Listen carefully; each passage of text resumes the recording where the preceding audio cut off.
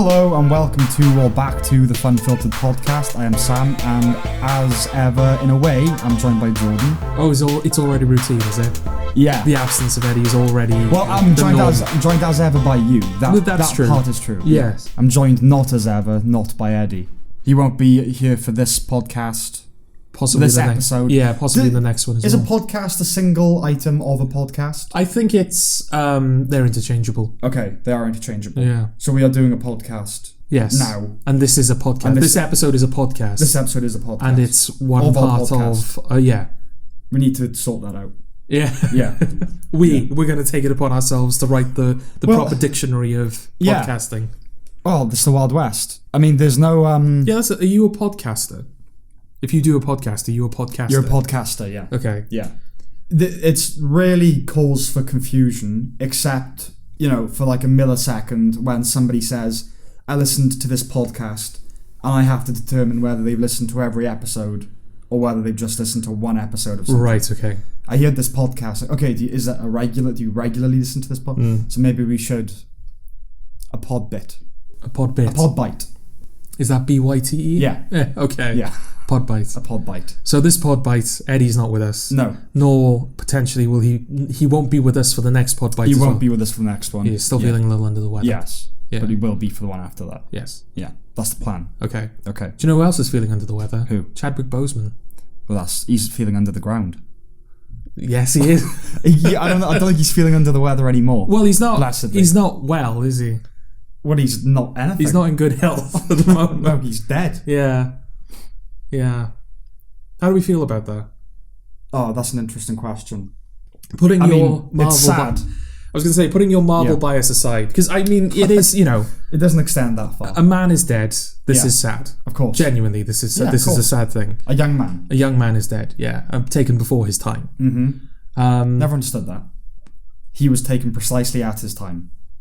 I suppose. I know. I don't want to get into a massive thing about it. Okay. I know what it's meant to convey. Yes, but is it fair to say that were this man not part of the Marvel machine, he wouldn't have got there wouldn't have been as big a response to his death? Oh no, of course, yeah. I don't think it's because he was affiliated with Marvel as much as the Marvel films are as big as they are. Therefore, he was as known as he was. I don't think many people are as familiar with the other projects with which he was involved. No. I haven't seen that much of him, to be honest. What was the film? 21 Bridges, which he did with... Oh, yeah. That was after everything. That was after everything. Yeah. He was starring in that. Mm-hmm. You had what are the brothers called? Russo brothers? The Russo brothers. They directed it. Did they? Yeah. Okay. It was even marketed as like from the brothers who gave you Avengers Endgame. So they were putting all of that into the marketing. Did that even make any money? No, I don't think so. No. I don't think so. Yeah. That was like, oh shit, Chadwick Boseman. Oh shit, the guys who did Endgame. And then it was like, I guess that came out at some point. When he did, prior to Marvel, he was in Get On Up, which is the James Brown biopic, playing James Brown. And he played Jackie Robinson in, I think it was called 42. I think that was the name of the film. I hadn't seen 42. I'd seen Get On Up. He's alright in it. Yeah, he never got, we're just being frank. It's not like it is obviously very sad that he has died. Yeah, absolutely. But I'm not gonna lie and say that I feel like an immense talent was. Maybe I hadn't seen it yet though. Yeah, that's the thing. Yeah. Like a lot of people would say that Black Panther was his magnum opus. And I suppose in terms of reception, it is. Probably it's the best film he was in. Whether it's the best he's been in a film is. Yeah, exactly. He didn't have his Joker in the Dark Knight performance, did he? He didn't have like a pivotal central, like this is a talent. I suppose some people would say Get On Up was his version of that. Okay. A real person, that sort of thing. But no, he never did that performance to convince me of his talent. And that's the true achievement. That's the thing that every actor should aspire to.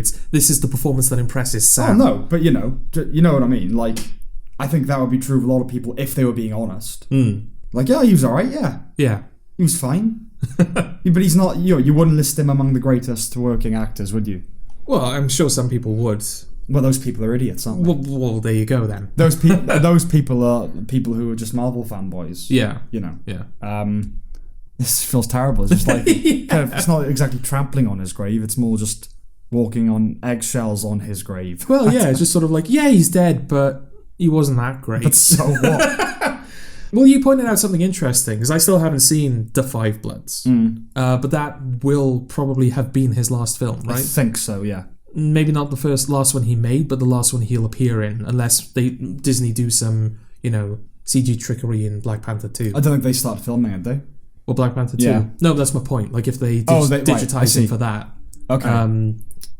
Or at least just so long that they can... Just long enough for them to be able to write the character out of the film, rather than all of a sudden, Black Panther's missing. Like doing a Olivia Soprano sort of thing. Yeah, or Carrie Fisher's probably a better example. Yeah. I don't think they'll do it for Chadwick Boseman. That's an interesting thought, isn't it? Because Black Panther is a big deal. Yeah. It's an incredibly big deal. Well, it's the next civil rights. Just charting the next civil rights. Yes, of course, yeah. I mean, we say that flippantly. Yeah. Like, a lot of people are... Oh yeah, people genuinely believe it's positively affected by that. It's the best thing for black people since Martin Luther King. Yeah, but that's the thing. In that respect, we can't deny it, can we? Because people are... Well, okay. I suppose you can. My point was going to be we can't deny people actually believe that. Yeah, exactly. Yes. A lot of people do feel positively affected by that film, and that film has done good for them. And in that respect, I'm not going to take that away from them. I'm just going to say that from where I'm sitting... Yeah. You need better heroes. It didn't seem to do much, Yeah. Didn't seem to do much.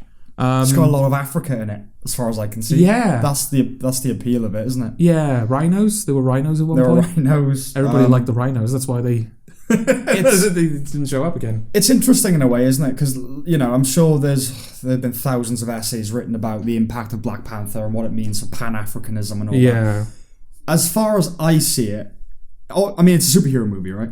But... the most traditional sense. Yeah, it is a superhero movie with African wallpaper. Its production design, is the thing that makes it what it is. And I guess just its depiction of an African state that is advanced. Yes. But that is science fiction. Like, it's not like, finally Africa's getting the representation that it always deserved. Yeah. It's like, this is a fantasy. This, I understand where you're coming from. Yeah, well, it is, but it's also... they still decide by, death by fight or whatever it is. Oh yeah, they've still got their traditions to, elect their president or their king or whatever it is. But they're basically the most advanced nation on earth, aren't they? Yeah, no one even knows about them. Yeah, because they found a thing. They found a metal. Yeah, they're not even didn't even pull themselves up by the bootstraps. They're like, isn't it literally like an asteroid or something?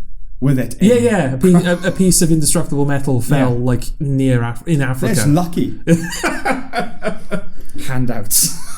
But then again, there's gold and diamond and all sorts in Africa, like modern day Africa, and that's not the most advanced civilization. No, it is the thing that basically props up their entire economy. Yeah, but to what end? I know where they're coming from, but it does feel like. It's not sufficient. It's not good enough. Like, yay, we're getting this. But it's not reflective of anything. No, and as someone as consumers of film, you're looking at that film and going, well, this is just like any other superhero. Yeah. It would have more weight to it if it was idiosyncratic, at least from the Marvel films. It's like, Marvel never made a film like this before. Yeah. Whereas it's just, Marvel has never used this iconography before. Yeah, it has an epicness about it because it's dealing in kings and that sort of thing. Yeah. And I do like the story of Killmonger as the villain, right? Well, no, Killmonger, was he where Marvel villains started to turn around? Maybe. For a lot of people, because Killmonger is often cited, obviously Thanos is heavily cited as he is the Marvel villain. Vulture, I suppose. Vulture, for me at least, Vulture was the turnaround. And I think, what's her name, from Ragnarok? Yeah, she wasn't a massive presence, but she was a fun villain. Yeah. Whereas villains prior to that hadn't even been fun, Yeah. And Loki, everyone will say Loki, but Loki was sort of the exception in the beginning. Yeah, as far as the MCU goes, Killmonger is probably the best villain. Maybe Thanos. I know where you're coming from. Yeah. Thanos is better in terms of his impact. Yeah. And, he is the villain of that franchise. Yes. But in terms of interesting character, I would say Killmonger is... Well, Thanos is interesting. Not really. He is. He has his motivation. Yeah. That's not, it's not black and white. Yeah. Well, it kind of is. Well, it's interesting how, because Killmonger, yes, he is an interesting villain and he has interesting motivations, and you do. Well, he has a point fundamentally. Yeah, exactly. Yeah. There is that as well, but he is still playing. The film still treats him like it treats any other villain. Yeah. Whereas in Infinity War, it was genuinely Thanos' story. I think he has the most screen time in that film. Yeah. Okay. Like the film is sort of, it's not in support of Thanos. Yeah. But Thanos he's sort of in that protagonist role a little bit. Like he's the one who's actually doing all the things. Everyone else is just kind of reacting to Thanos. Yeah. That's fair enough.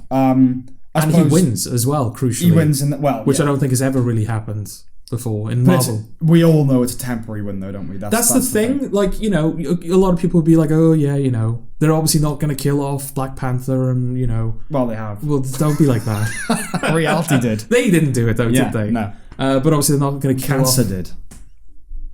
They're not going to kill off all of these people. Yeah. But it was still like, you know, it was like, oh, okay. I still didn't think Disney would even go this far. No, I know, but it's just that's from set expectations. Yeah, exactly. They set the bar so low. Okay.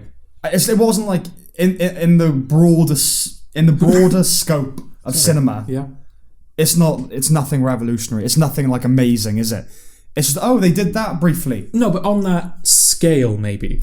Yeah, but that's the thing. It's only because the bar is down here. Okay. And they just did a thing that slightly surmounted it. Right. Which was, you subverted my expectations. Yeah. But yeah, anyone sensible knew that it wasn't a permanent development. Yes. So I see what you're saying, like Thanos, but his motivation, he wants to like halve the population of the universe, right?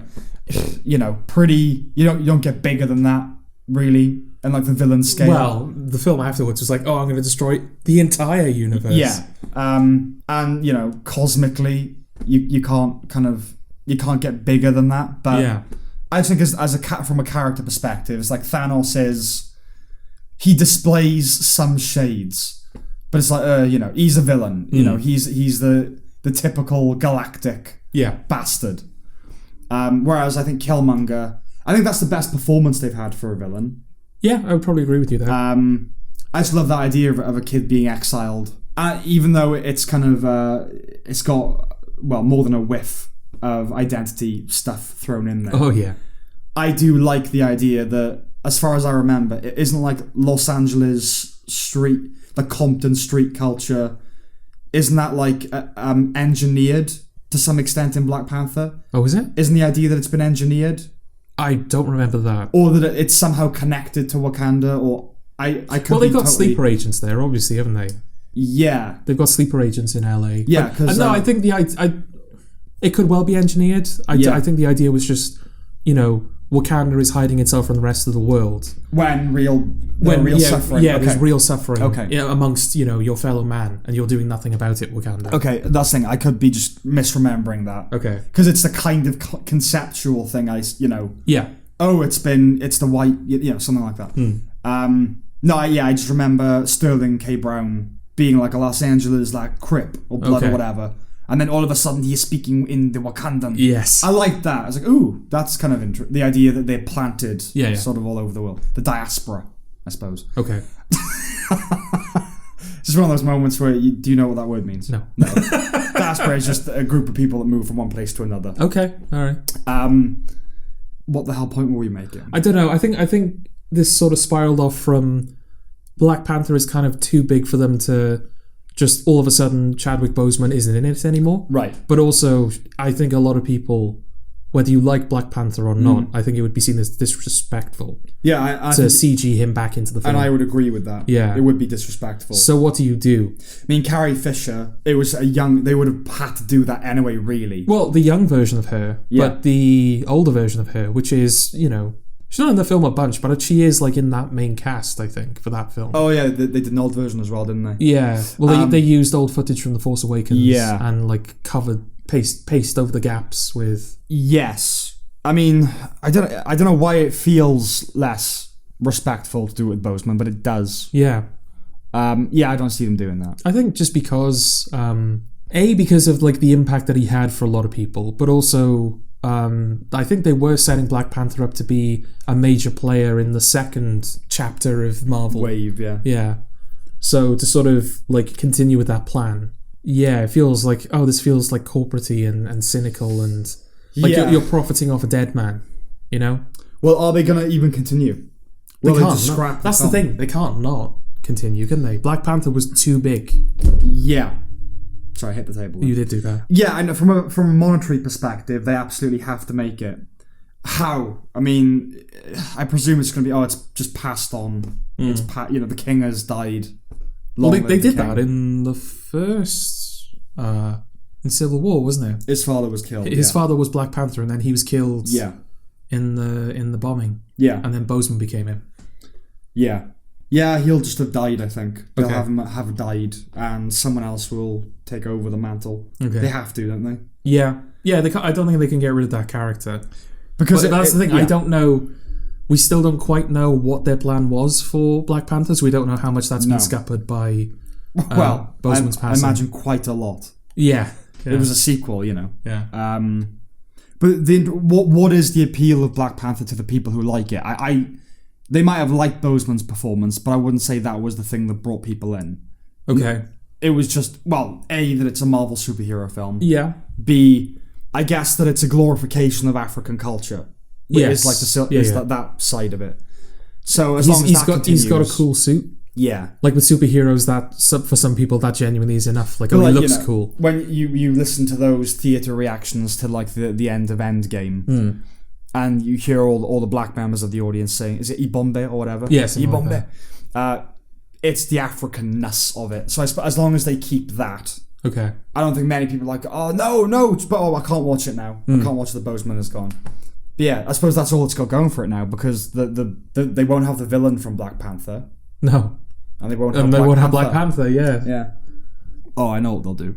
What will they do? I bet, is Lupita Nyong'o in... Oh, she's his love interest. She's Black Panther. She's Black Panther, okay. They're going to make it a woman. Black Pantheress? Panthera. Black Panthera. Pantera. Yeah. Pantera. Pantera. Blacktera. Pantera, the new Black Panther. All of them. Ibombe, what do you say? Okay, well, yes, it is a shame that he's gone. Yeah, genuinely, and it was a surprise as well, right? Oh, it was. Nobody knew. He kept it a secret. Yeah. You mentioned the Five Bloods. Yeah. What's kind of nice and poetic in a way. Oh yeah, that point was never finished. Yeah. Is that film? His character was the leader of a squadron, and he dies in Vietnam. And then years later, they go back to recover his body and gold as well. And like that character in that film is like they all look up to him. He's kind of like the messiah to them. One of them still hasn't got over the trauma of his death. So it's kind of nice that he got to go out on kind of a monumental, iconic role. Yeah. Not iconic, but a character then, a monumental character. Yeah. It's not going to hold up as one of the most iconic characters of cinema. But as far as the relationship to the other characters in that film, it's kind of a fitting farewell role. Yeah, as you say, there's a nice poetry to that. Yeah. OnlyFans. Okay, we're changing the subject. Yeah. He didn't have an OnlyFans, did he? Oh God, I hope not. Just any potential segue, but no, we're just into a new subject now. Yeah. What do you want to talk about? Well, I've just noticed that it's more of a thing. Okay. And I don't really know what it is. Well, nor do I, so I don't know why you brought it to my attention. From what I know... I thought it more likely that you would know what it was. Well, I know Belle Delphine is on it. Oh, right. Because I know that was noteworthy when she returned that she had an OnlyFans account. Right. From what I understand, OnlyFans is sort of like a... Porn. Not porn. Right. Well, it is... no. Soft porn. Softcore pornography. Yeah, well, it's not porn in the sense that no fucking happens. No, there's only one person in it. Like the one person has the OnlyFans account. And it's a still image, right? Or are there videos? No, I think there are videos as well. Okay. Of what? People disrobing? Or just being naked. Or just be... Okay. Maybe playing with themselves. I'm not quite sure. Okay, so that is porn. Yeah, but there's no fucking happening. Yeah, but... I'm not saying that... you know what I mean? Freaking herself off is still porn. It's not porn in, traditional sense. Yeah, I think when most people think of porn, they think of a man and a woman. It's not just a woman chilling herself off. Like... Oh, am I being intolerant? Yeah, there? yeah. I'm not considering other people. People just think, what if you're gay? Okay, all right. Two people. Two people having the sex. I think as soon as it becomes... there was that judge, wasn't it, that said pornography is, I know it when I see it. Like, I can't define it, but I know it when I see it. Let's try and define it. When does something become pornography? There's erotica, and then there's pornography. Well, it's similar to the discussion of when is your partner cheating on you? Like if they hug, if you're going out with a girl who hugs another man, it's probably not cheating. That's not cheating. If he's performing anal sex on her, that's almost certainly probably cheating. Somewhere in between kissing is erotic.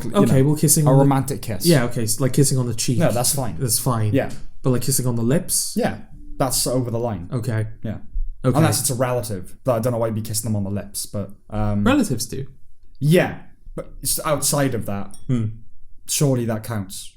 You're not going to be okay with your girlfriend kissing another bloke on the lips, are you? Yeah, I suppose that would be the point where it's cheating, right? I mean, that people say like, oh, but I was emotionally cheating before I actually cheated. Yeah, but you know. So porn. I mean, what you've just described is definitely porn. Of when they're touching themselves. Right. Okay. I don't know is the thing. Yeah, I think that's a thing they do, but I'm not sure. I don't see why not. Yeah. Given what it is. You're coughing a lot there, George. I apologise. Are you COVID-y or? I hope not. Okay. I have no reason to think that I am. Okay. All right. You're just gonna be staring at me with suspicion. Yeah. For the whole podcast. Yeah. So OnlyFans, explain what you know about it. Well, not much is the thing, but I think that I thought the idea was you can get an OnlyFans, and anyone can sign up to OnlyFans as both like a subscriber, someone who consumes the content, and as a performer. And like I thought that there was like a free, like you didn't have to pay straight away. Obviously, you have to sign up, but it's like, oh, we'll show you like a couple of non-revealing videos that sort of tease you a little bit, titillate you, and then.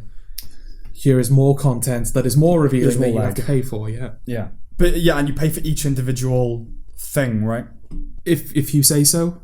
I think that's the case. I mean, all I know about it is Bella Thorne, the actress. Yeah, I think that's the appeal of it, right? Because there's the sort of, there's that aspect of, anyone can get an OnlyFans account. So I think there are probably just women who are like, that's something that I want. With OnlyFans. Yeah, that's something that I want. That's something I want to try, something I want to do. But also... celebrities like Bella Thorne and Belle Delphine, if you will, if she counts as a celebrity. A new media personality. Yeah, new media personalities. They have OnlyFans as well. A numpy. Yeah. All right. Okay. Or a numpty. A numpty. Yeah. Okay. Yeah. So Bella Thorne is a numpty. And Bella Thorne is a celebrity. Oh, she is a celebrity. So Belle Delphine is a numpty. Yes. Bella Thorne is a celebrity. Oh, celebrity. Yeah. Okay. Oh, okay. All right. It's kind of boring now. Yeah. Yeah, I think I said like a couple of episodes ago when I mentioned before the Belle Delphine had an OnlyFans account. I think that's the appeal. Because, there's porn on the internet. Yes. Of all caliber. And it's everywhere. But, if I go on OnlyFans, then I can see naked pictures of this girl that I watch and I like and I simp over, or I, Explain that. Simp over. Well, simp. You're familiar with the term simp, right? I've heard it. Yeah. I don't know what it is. Well, it's basically someone who's like, constantly sort of in worship of like, oh, you're so amazing. Here, I'm going to donate money to you. Right. What's the difference between amazing. simping and worshipping? Well, they're sort of the same. Simping is sort of worshipping gone too far. Right.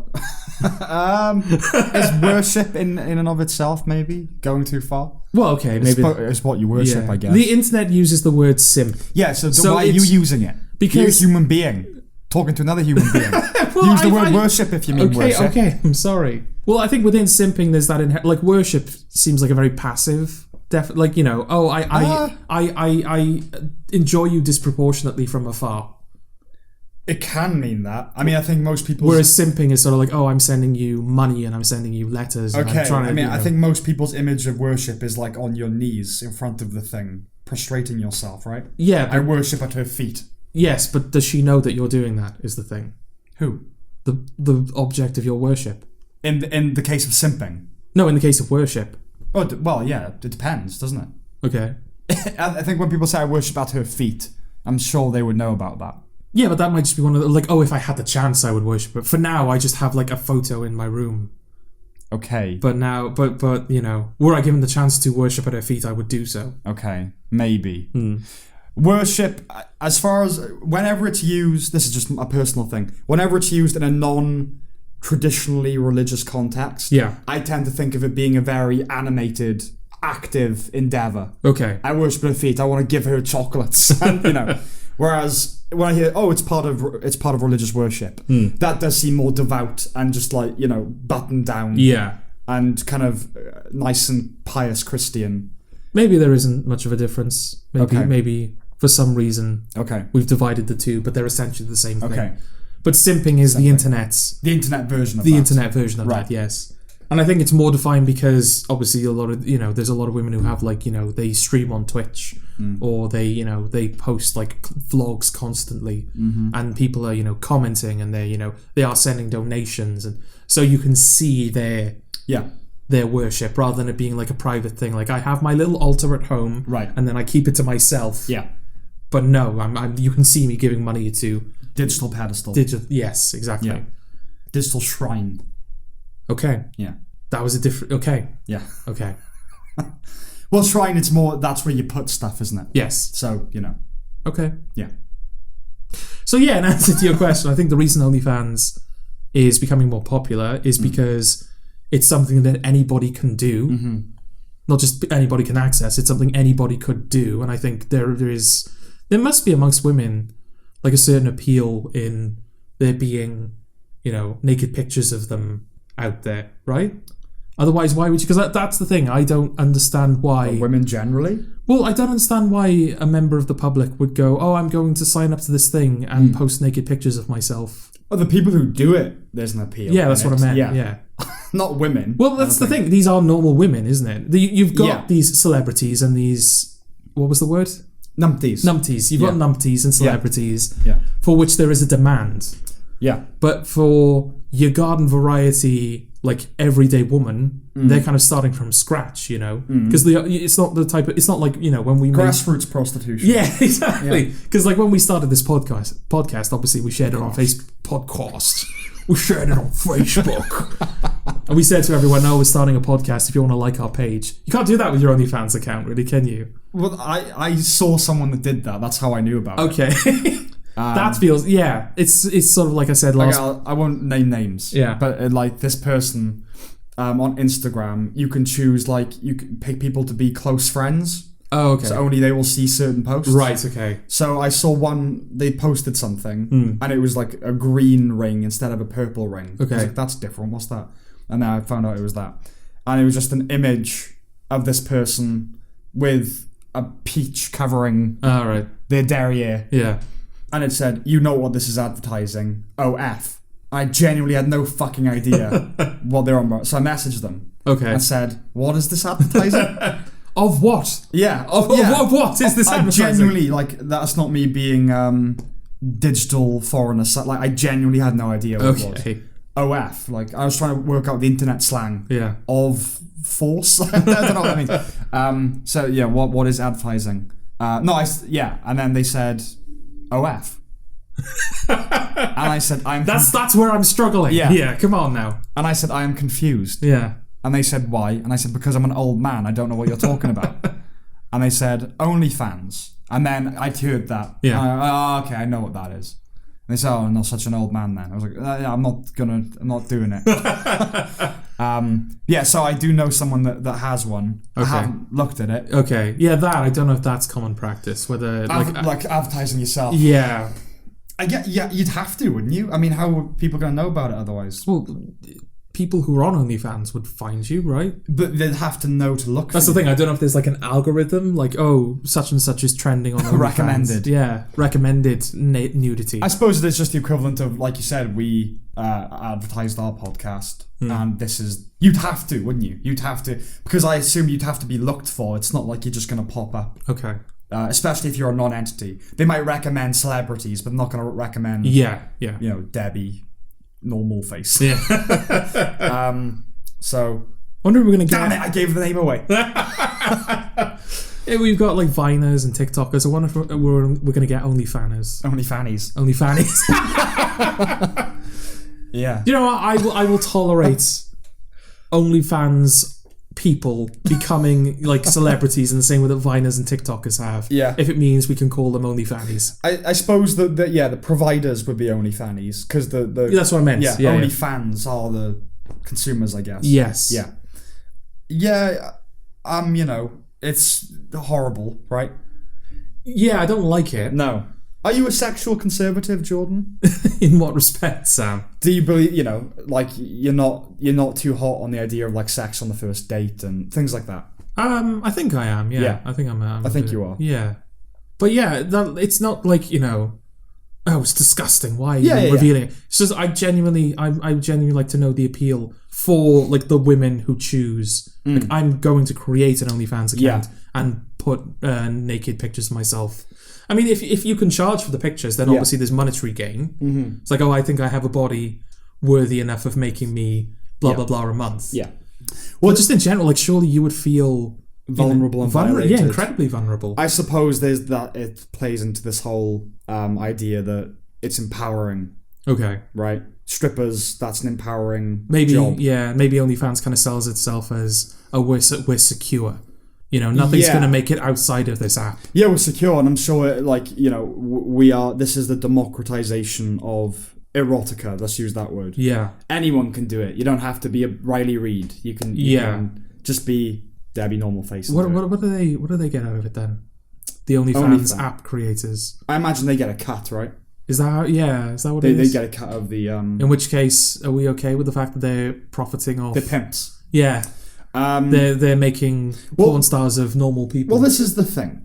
That is what it is, right? It's kind of it's high end. That's what it sounds like. Yeah. Given that I've never opened the app, I don't know how it operates. Yeah. That's what it sounds like to me. It's sort of it's prostitution, but with many layers of opacity. Okay. It's like when you get down to the nub of it, that is what it is. It's women, especially, I imagine, selling their bodies to some extent.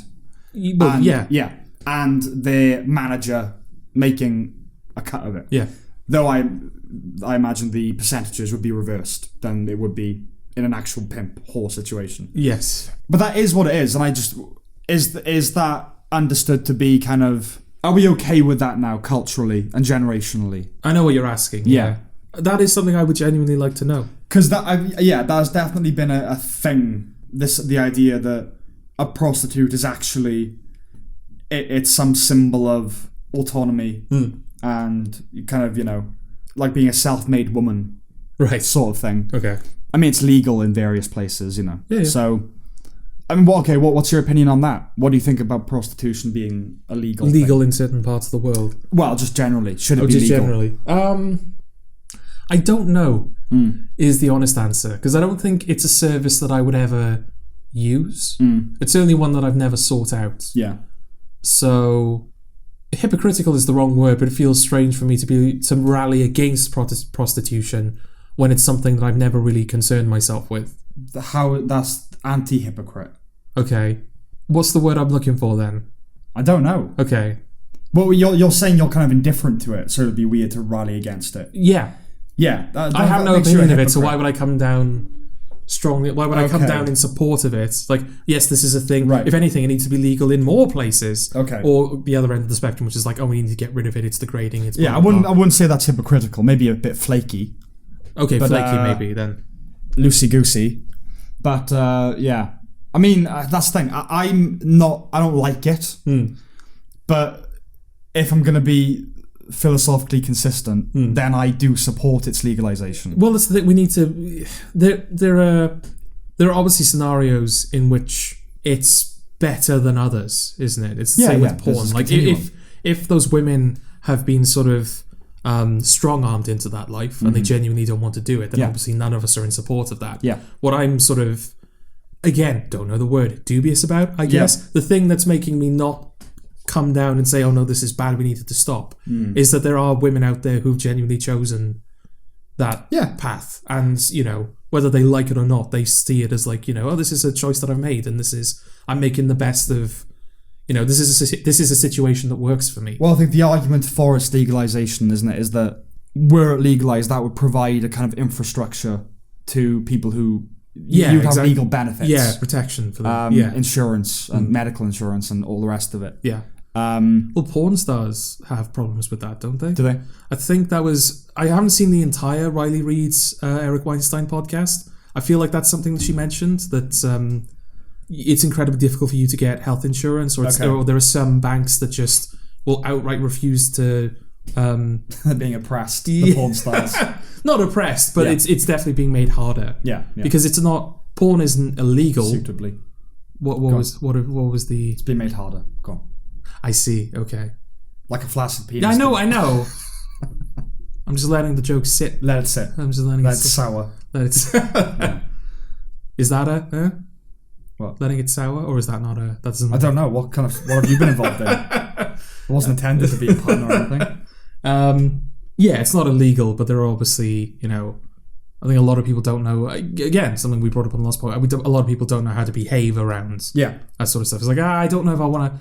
I don't really want to endorse or support this kind of lifestyle, so I'm not going to deal with that. That's the thing. I politically support it. I do not personally support it. Okay, how are you able to make that distinction? Like I do with most things. Okay, but how can you... Does it not subtract from... Like, if you support something politically but you don't support it personally, does that not subtract from your support of it? No. How does it not? Because there's your worldview, there's like your philosophical and political worldview. Okay. They think people should be entitled to certain things and to do whatever, they blah, blah, blah, blah. And then that's where there's what you would do yourself. But that is something that's used in a debate or in an argument as like a... It's like, oh, well, you're not practicing what you preach, so why should we put much stock in what you're saying? No, it's not about this is not hypocritical at all. It's me saying, under the law, I don't really care if you want to pay for your own transgender surgery. Okay. As long as there's someone willing to do it, and you're willing to do it, obviously, and you're paying for it. I don't support it personally. Okay. I saw you did that. What? You slid it from pornography into transgender. Like, I don't support transgender surgery. Yeah. Like, you slid it to that didn't think I would notice. No, I was just thinking, I wasn't trying to move the goalpost. Okay. There's not an analogue. What could I have said that's the same about pornography? Well, I suppose, like, if you want to be a porn star for a living, then fine. I support that personally and politically. Okay. As in, fine, if that's what you want to do. Okay. In terms of what I want my daughter being a porn star, no. I don't know whether that makes me a hypocrite. Maybe a little bit, but it's the kind of hypocrisy I'm okay with. Right. Okay. Everyone's a hypocrite about something. Yeah, absolutely. But no, that's absolutely a distinction to be made between... You live in a world of choices, and you believe that those choices should be open to people, but you wouldn't choose everything. You would choose one, I see. That's the distinction to be made. Okay. I think it's sort of similar to... I went to a show in London with a friend of ours. I'm familiar with the show. Yeah. Yeah. He'd written a thing, hadn't he? He'd written a monologue. We can name him, right? Because we can promote his podcast. Oh, yeah. He's been on... He's been on the podcast. Yeah. James Humphreys. James Humphreys, yeah. What Pest from the West? Is that? I don't know anymore. Zombie Pigman Genocide now. I think that's the current one, yeah. And he does... he live streams himself playing... Let's Plays, that's the term. I think he stopped that now. Okay. Well, keep an eye on James Humphreys. He might do a thing at some point, yeah. He'd written a monologue, and the theme of the night was the Me Too movement. And he'd written a monologue from the perspective of a predatory woman. Okay. And it was the only one of its type. And we went to London to watch it being performed in this night. It was part of a series, wasn't it? Yeah, it was a series of monologues. Yeah. Pretty much every other monologue was women writing about predatory men or their experience, blah, blah, blah, blah, blah. And the MC, blue-haired blimp, blue-haired bespectacled blimp, the 3 Bs, she, I think, had gone up on stage and said that she'd been catcalled. I see. And this had traumatized her. I see. And I wrote a review of that night that stoked a fair bit of controversy with some people I knew. And I made the point in that piece, like, you might well have been traumatized by catcalling, but I think you need to get some perspective if that's the case. Okay. There's genuine trauma in the world. Like, you're going to get traumatized by someone wolf whistling you, grow up. Right. They're a genuine, Okay. Well, and so, just very quickly, and someone responded, you can't say they weren't traumatized. Like, Didn't say they weren't traumatized. I'm offering my opinion on them apparently being traumatized. Well, the word trauma carries a lot of weight to it, doesn't it? It does. Like, let's let words I'm have sure. meaning. Yeah, like it's possible that what she felt. I don't want to tell her this is how you felt. No, that's what that wasn't what I was doing. No, exactly. But is it possible that it was a similar feeling to trauma, but it was sort of further down the scale? Yeah. To the point where we don't call it trauma because trauma is reserved for it's just PTSD and serious. Yeah, exactly. It's mildly unpleasant. It should be mildly unpleasant. Yeah. In my opinion. Like, I think being traumatized by catcalling is a disproportionate emotional response. Yeah. It's like if we were having, I don't know, not even arguing, we were bantering and I went, you dick. And you started sobbing, I would argue that you need to get some perspective. Right, okay. And that's all I was doing. Because you're not in the wrong. What? Because you're not in the wrong for calling me a dick. Well, not in a bantery situation. There is no wrong in banter. Well, maybe there is. there might be a line of which you can't step. But yes, there are things like, you're entitled to feel however you want, but I can have an opinion on it. Yeah. Well, it's that that sort of expectation that whatever you say you felt, like you just have to accept that, you know? Yeah. It's like I can use the word trauma and you are not in a position to question it. Yeah. It's like, it's not that I'm questioning how you felt, it's that I'm questioning your choice of words. Trauma feels a bit. I'm kind of questioning how you felt as well. Okay, well, it's just like I said, it's the intensity of the word trauma. Like, that feels like an overreaction to me. We reserve it for more traumatic. Exactly, things. yeah. This is a slightly different, but it's sort of a similar example. There's like a guy that I went to university with, who said that he suffered from PTSD. Right. And if anyone ever tried to ask him what has caused your PTSD, he would consider that offensive. You would be traumatized by it. Not traumatized by it, but it's like, I suffer from PTSD. Well, what happened? Well, you can't ask me that. Yeah. It's like I'm not okay. I'm not. I can't dispute that you are suffering from PTSD. But if you're not going to tell me what it is, I am going to find it harder to care. Well, to care for one thing, but also just believe you. Yeah, exactly. You know. Yeah. Did you ever find out? No. Right. Did he look like a vet? As in a veteran, not a veterinarian. No, I think he was younger than me. Okay. Maybe. I'm not sure. Okay. Yeah. All right. Well, who knows? But yeah, it does feel like, let's use the word, these things have meaning. We should keep that meaning. Like, you know. But I mean, if you shift it from just to round off this point, from the political to the person, to the commercial, you make those sorts of choices every day. There are you don't read any books. There are thousands of films that you could watch, and you choose to not watch them. Okay. That would be a good analogy, I think. You don't think other people shouldn't watch those films. You're just not going to watch it yourself. Right. Okay. I don't think Transformers films shouldn't be made. Like, I wouldn't outlaw them. Okay. But I'm not going to watch them. I see. Okay. But I have. You have. Yeah. I am a hypocrite with Transformers. Do you approve? What? No. No. Oh God, no. You made me watch. Which one was it? Oh, the Anthony Hopkins one. Yeah. The King Arthur one. I'm going to keep saying things that are in the film until one of us remembers the title. Is it Age of that's the fourth one. That's the fourth one, yeah. The Last Night. King of Knights? Oh, yeah, Last Night. The Last Night. Yeah, it was one of the worst experiences I've ever had. I genuinely felt nauseated by the film. I had to leave and get some water and take a breath. Did Anthony Hopkins not save it for you? No. Because he's not in it nearly enough. No, if he was in it more, then I think it would genuinely be worth watching that film just for him.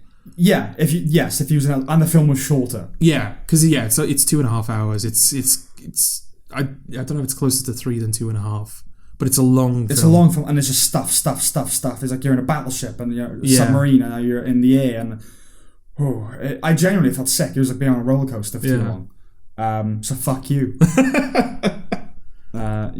But prostitution being legal, so you don't come down one way. No, I don't come down one way or the other. Okay. Do you lean one way or the other? Not really. Okay. Like I said, I acknowledge that there's prostitution out there which is probably not up to code. Yeah. Like, those women have probably not chosen that life. Hazards. Yeah. And that stuff I obviously don't support, but also I'm not going to, if there are women out there who genuinely want to, conduct prostitution, I guess. If there are You don't conduct prostitution, do you? No, a pimp would conduct prostitution. Yeah. A prostitute would. Yeah. You would have this little battle. Yeah. Or the prostitutes, would they perform? They engage in prostitution. They engage in prostitution. Yeah, if you wanted to engage in prostitution, I wouldn't go, no, you can't. I'm telling you, you can't. Okay. All right. Yeah. So OnlyFans, we no point to that because we haven't come down on any side, and we don't even know what it's about. Well, I think my end point there is that I not politically isn't the right word, but in principle I support it because I'm a libertarian. Like, you do whatever you want, okay, within reasonable bounds. Yeah. But I don't like it. Okay. That's my. You hear that, friend who has an OnlyFans account? They don't listen. Okay. They almost certainly don't listen. Do you want to do a film review? Okay. I've seen a couple. So the first one that I'll talk about is a documentary. Okay. It's called Pretending I'm a Superman, the Tony Hawk's video game story. Pithy. Yeah, it's not the best title. It's not. It's a good title in that you know what it's about. Yeah. Yeah. Have you seen any of the Office bloopers? I'm sure I've shown you some. Oh, I've seen a few, yeah. There's a blooper where Michael Scott is he's imagining a headline and he's kind of spelling it out with his hand. He's like Dunder Mifflin does, and he just keeps talking and his hand keeps moving. Like, he's just writing the whole article. That's what this sounds like. That's what this sounds like. Yeah, it's a good title in that respect, but it's also a good title in that it did kind of convince me to watch it. Okay. Because here's the thing, I obviously like video games. Yeah. So anything that's video game related, I'm gonna look into like, oh, is that something I'd be interested in? Mm-hmm. But I don't like skateboarding. No. And I've never played skateboarding video games. Mm-hmm. So pretty much on acid. Oh yes, yeah. I don't know which one that was actually. It was a Tony Hawk game though, wasn't it? Maybe. Yeah. Maybe. That was funny though, because because obviously there's a button you're supposed to press to mount the skateboard, and we were listening to some pretty heavy music. So I was going to time it so that as the music kicked in, I was going to jump on my skateboard and start bombing it down the hill. Right. So I started moving the guy forward, but I forgot to jump on the skateboard. So as this like really heavy metal music is playing, then my guy's just sprinting down the hill with holding his skateboard. So that was funny. One of the very, very, very few positive experiences I had that night.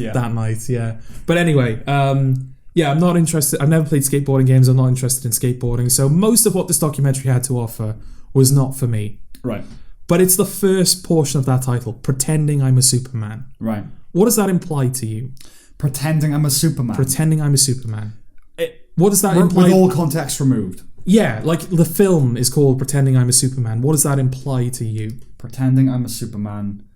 I suppose it's difficult to divorce it from skateboarding. Well, we know that this is a documentary about skateboarding. We know that it's Tony Hawk is sort of the focus of the documentary. I would assume then that it's kind of like it harkens back to when he was a child. Skateboarding was like his way of pretending he was a superhero. Okay.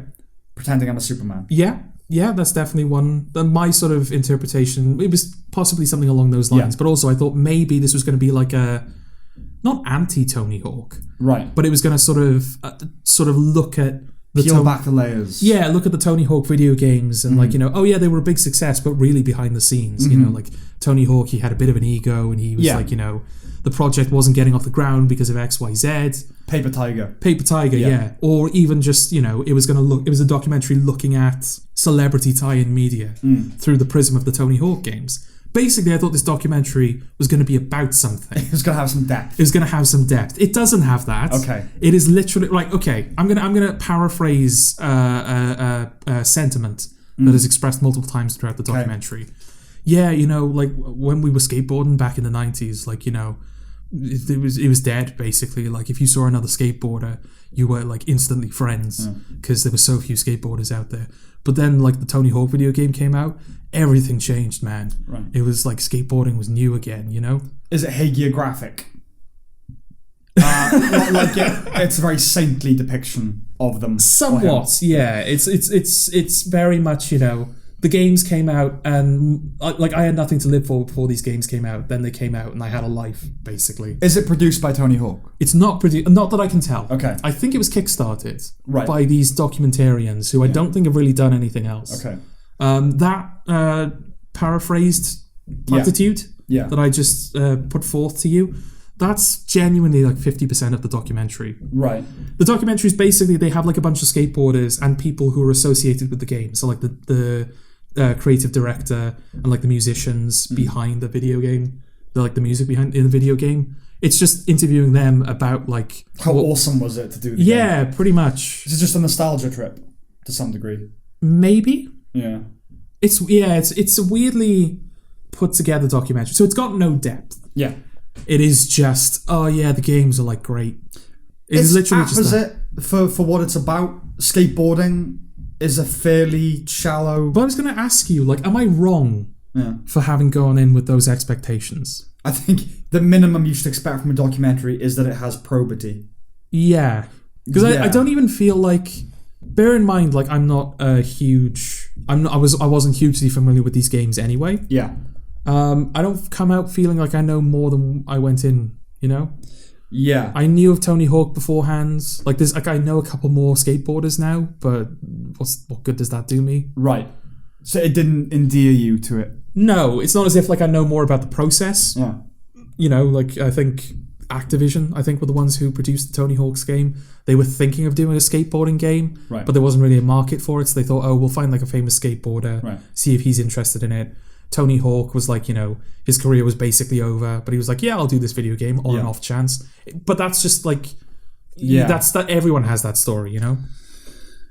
Well, I mean, I don't know anything about skateboarding. No. Other than Tony Hawk is a skateboarder. That is literally all I know about skateboarding. That's sort of because I think that is genuinely because of the games, which is interesting because you've never played Pro Skater 1 or 2, right? No. Yeah. But you just know about those games. Yeah, exactly. That's sort of a testament to to how popular they were and how good they are as well. I know that Marty McFly has a skateboard. Yes, and a hoverboard. And then he had a hoverboard. No, let's not forget. I know the music video for Dark Necessities features skateboarders. Yes. And there's a TV show on HBO called Betty that is about skateboarders. It's a spin-off of the film Skate Kitchen.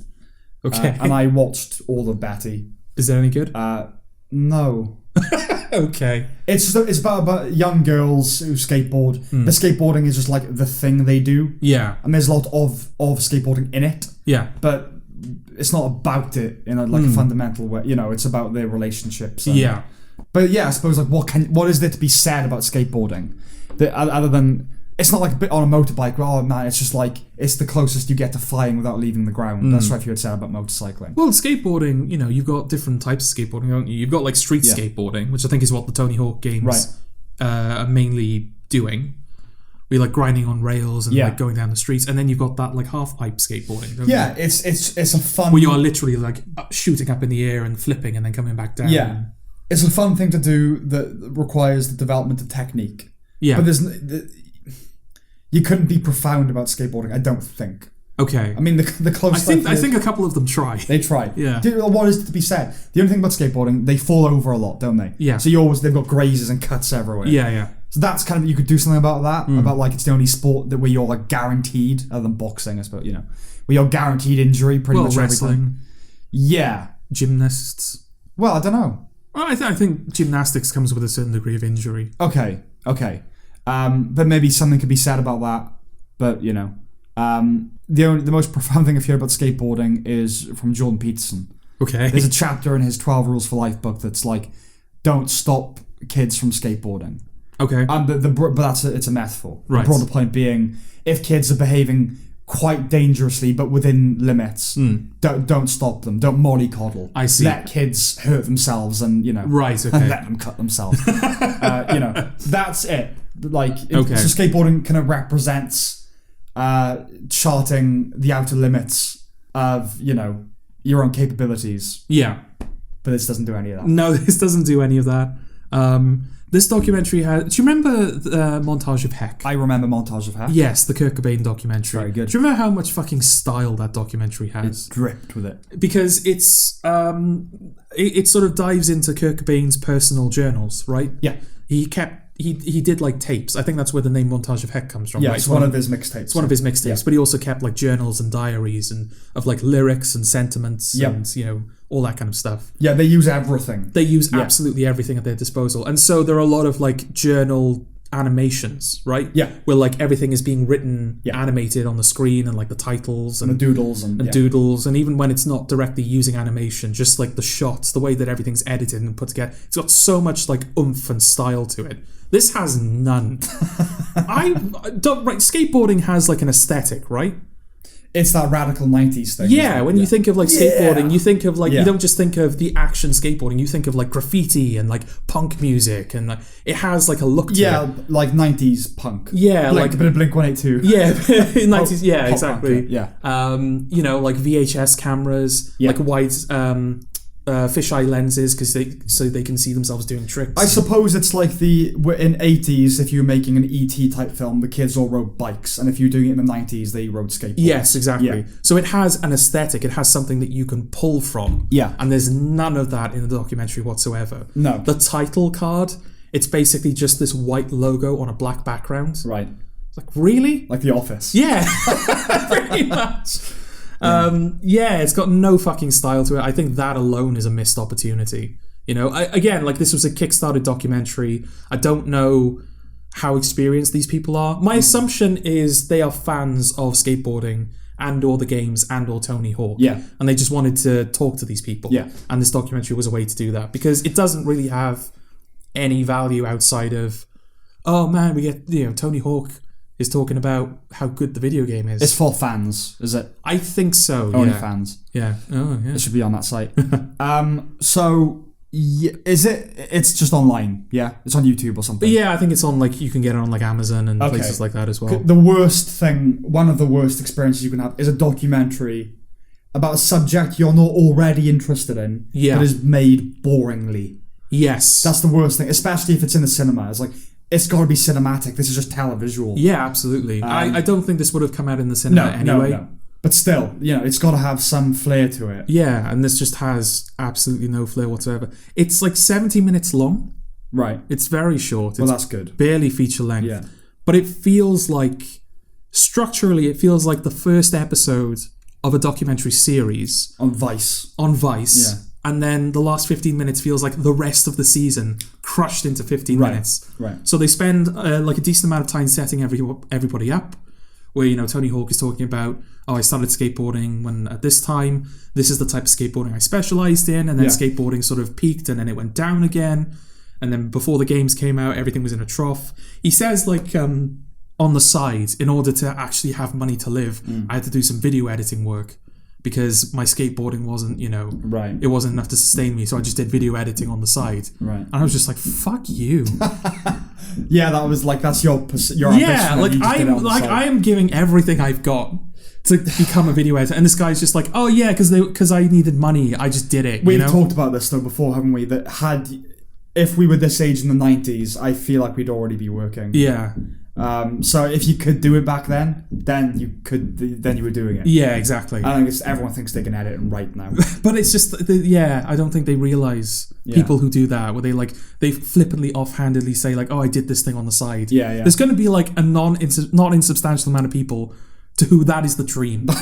Yeah, exactly. I saw the first episode. There's this, I don't know if it's still ongoing, but there's a series Inside Legoland. I think it's on like Channel 5 or something, where it's like a series about like the inner workings of Legoland. And the first episode, like the new guy shows up, the new guy who like builds the models that are at Legoland. Right. And he's like, I was training to become a teacher. And then I saw like the position for Lego building. I was like, I played with Lego when I was younger. Why not? Like, fuck you. There are, there are people who have dedicated their entire lives, and you've just taken, Lego. Like Harvey Weinstein at least like gave people careers. You're just taking them away from people. Yeah. You cunt. He is worse than Harvey Weinstein. Yeah. I can't remember your name, Legoland man, but you are worse than Harvey Weinstein. Yeah. And you are as well, Tony Hawk. What has Tony Hawk ever been embroiled in any controversies? Well, if he has, this documentary doesn't bring those up. Because if he hasn't, then he's just like a guy that... Because that sounds like you could interview anybody. Yeah. And they would say, I was struggling for money at one point, so I did this extra job. That's nothing noteworthy. That's just what people do. I get the impression from the documentary that if you're not talking to Tony Hawk about skateboarding, he would be a very boring man to talk to. Yeah, I can imagine so. You know, like, you are a writer. That is in your bones. You are a writer. I am born to be a writer. I am a writer. To me, it's a similar thing with video editing. That's like my thing. Yeah. But I like to think that if someone is talking to us not about those subjects, we can hold sway. Yeah, we can talk about other things. Yeah. Whereas Tony Hawk is one of those people, I genuinely don't think you could have any interesting conversation with him that isn't about a subject like skateboarding. That this is kind of interesting because we talked before on this podcast about football and why what is this issue with footballers and all these rape stories and sexual assaults and stuff like that. I remember that. And it was pointed out that to be a successful footballer, you need to only be good at football. It carries nothing else with it. Yeah. It requires no other skill set that you hone anything else. It's just if you're young and you're good at it, they're going to throw money at you. Yeah. How can you be expected to behave yourself in a way? Whereas, like we said with acting, you're a good actor if you cultivate empathy. So it does kind of imply, not always, of course, because some actors are sociopaths, but it implies that with a writer, it's kind of got to imply that you're interested in the world to some degree, right? Yeah. If you're going to be a good one anyway. And so, you should be able to hold a conversation with most people. Yes. Whereas if Tony Hawk, what does he have to be good at other than skateboarding? Yeah. It's like all he has to do. And so I guess he's a good businessman as well, given what he's cultivated. But yeah, if he has been embroiled in any, it just sounds like there's no meat there. There's nothing to really talk about. Yeah. Kurt Cobain, it's, oh yeah, you're right. That documentary probably had to leave stuff out. Yeah, you know? Exactly. Okay, so it's for people who already like skateboarding. I think so, yeah. Right. There's, like I said, there's that weird structure where they spend a lot of time setting it up. Then they talk about Pro Skater 1. I was like, oh man, it like changed everything. Then they talk about Pro Skater 2 and they're like, oh my god, this changed everything more. Yeah. And then for the last 15 minutes, it's like, oh yeah, and there was also Pro Skater 3, 4, and then we did like another sub-series, and we did a bunch of like hardware gimmicks, and all that stuff kind of didn't do as well, But the thing, you've got to convince us, you've got to convince me and you that it was important. Yeah. I'm sure it was obviously important to skateboarders. Yeah. But you need to show me that that's the case. Yeah. I can't judge the Montage of Heck really because I'm a big Nirvana fan and Supersonic. But I feel like if you watch those without really knowing anything about them, you'd get what the impact was of those bands. Yeah. Yeah, I don't know if it's a point that's made in the documentary or whether that's a point that I've arrived at on my own. Yeah. But like that, the fact that you know who Tony Hawk is and you know what those Pro Skater games are, despite not only never having played them, but you've never watched any skateboarding, you've never really played video games, certainly not in that field. So I think that alone is a testament to the power of those games. Well, if the games didn't exist, I wouldn't have heard of them. Yeah, that's the thing. I don't feel it. The impact that those games have, it's not felt in the documentary. I mean, the reason I've heard of him is just because I was a kid in the late 90s and early noughties with friends who had PlayStations. And they all had Tony Hawk Pro Skater on PS1, So that name just sinks in after a while. Yeah. But I definitely wouldn't have heard of him had it not been for that. No, absolutely not. And he himself has admitted, like, if those games hadn't come out, I'd be nobody. Yeah, I can't name you another skateboarder. No, I've watched that documentary and I probably couldn't name you another skateboarder. Yeah. They do cunningly, interestingly, this is the last point I'll make. They don't talk about Tony Hawk's Pro Skater 5, which I find interesting. Okay. Because the documentary has just come out and I found production photos on the website that went as far back as 2018. So I'm going to assume this went into production in about 2018. Right. 2015, Tony Hawk's Pro Skater 5 comes out, right?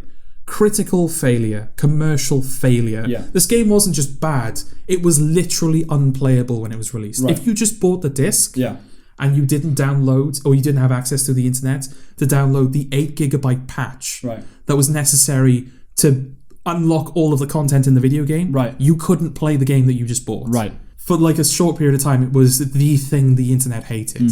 It was the graphics were shit, given that it was out on like a PlayStation 4. It didn't look any better than the PlayStation 2 game. Right. It was just an utter failure in every sense of the word.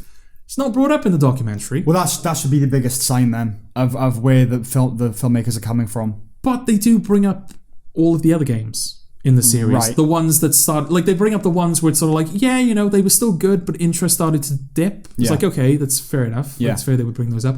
Then they brought up, like, games which just didn't do well commercially because they had, like, all these unnecessary peripherals and, like, the hardware didn't work. And they were like, yeah, you know, we tried to do something new, but it was an experiment that kind of failed. It's like, okay, they're acknowledging their failures. And then it comes to the biggest, like, objectively the biggest failure of that franchise. Not a word. Okay, then either they didn't want to go there as fans. Yeah. Either anyone they interviewed didn't want to go there. Or they're just not that competent at what they do.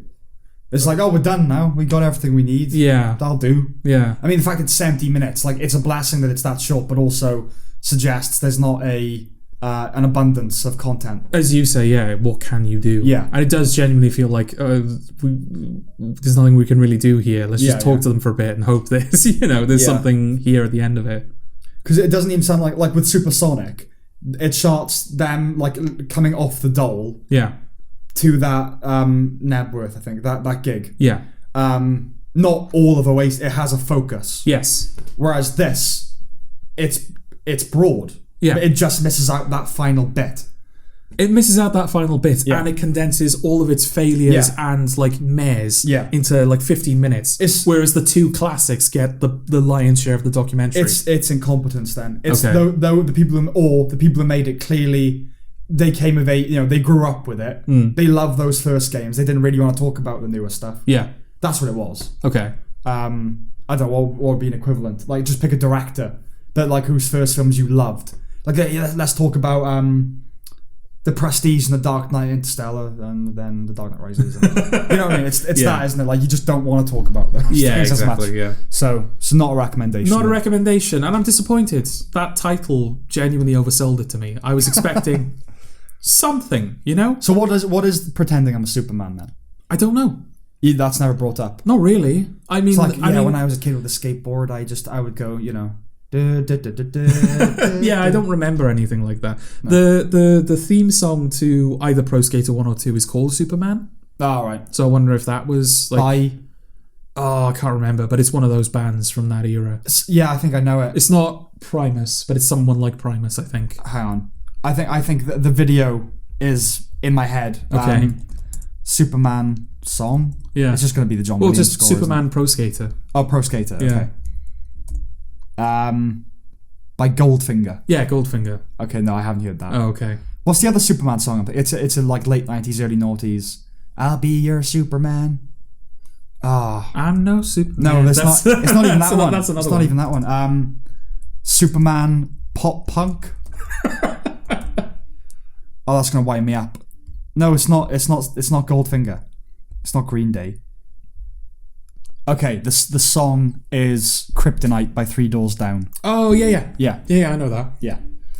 What's it go like? Can you remember? No.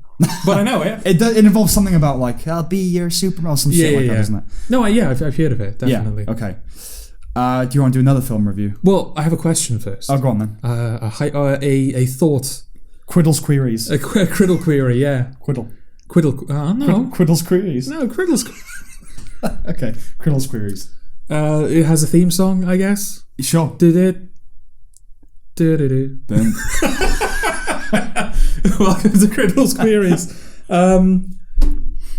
If an individual was doing a cover song, a cover of a song, so it would be a cover song. Yeah. If somebody was doing a cover of a song, yeah, but the song featured the original singer, right, is it still a cover song? Yeah. And that was okay, so where is the line? Where is the line between, okay, this is just another official version of the song and this is a different version of the song, a cover of the song? Give me an example of that's, the thing. That's what I'm asking for. No, but you're talking about a cover song where the original singer is involved. Yeah. Give me an example. Well, I'm asking because there's a YouTuber who does like heavy metal covers of video game music, and he covered a song called Dance Through the Danger, which I think is the theme song from one of the Shantae video games, and it features the original singer, even though he's doing all of the music. Right. And obviously, Way Forward, who I think is the company that owns Shantae, they obviously didn't sanction that cover. It's not like, oh, this is an official version of Shantae. Yeah. but the original singer, who also voices Shantae, is doing that song. Right. And that's, in fairness, that's why I'm asking, is because I think one of the first comments there is this still a cover song? Right. Yeah, I think it's still a cover song. Okay. Because enough is different. Okay. I mean, it's a cover song. No, that doesn't qualify. Because I'm trying to think of the difference between like a cover song and a remix. Well, a remix can be done by a third party. A third party or first party, right? Yeah. A remix doesn't... Whereas cover songs are only third party. Mm-hmm. I suppose you could do a cover of your own song, but that's just another version of that song, right? Yeah, but it's... If all the original personnel are involved, then it's probably alternate version. Okay. Like, the beginning is the end is the beginning. Like Smashing Pumpkins. They've got like 3 or 4 versions of that song. Yes. But it's all by them. Okay.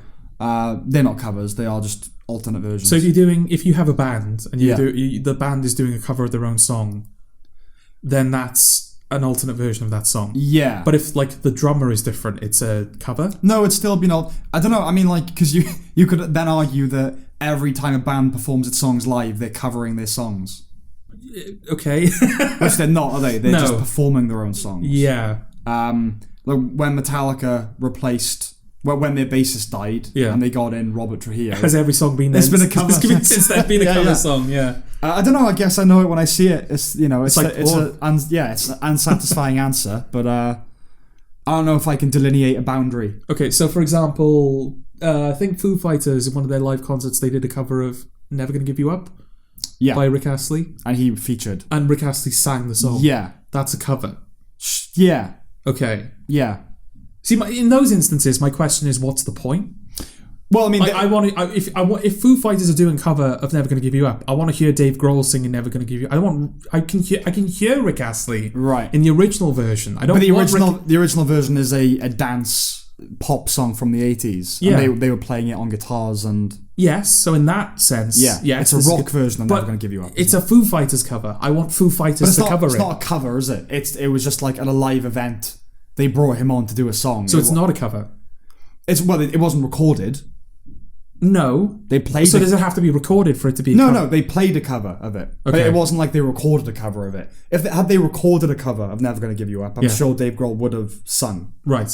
But that was just like, that happens all the time, isn't it? Like, we're going to bring out Chris Cornell to sing Crawling with us. Yeah. It's just like he happened to be in the city probably. Right, okay. It's like, I'll just bring Rick. Yeah, it wouldn't be funny if we played Never Gonna Give You Up as a rock song. Okay. And Rick Astley actually came on and sung.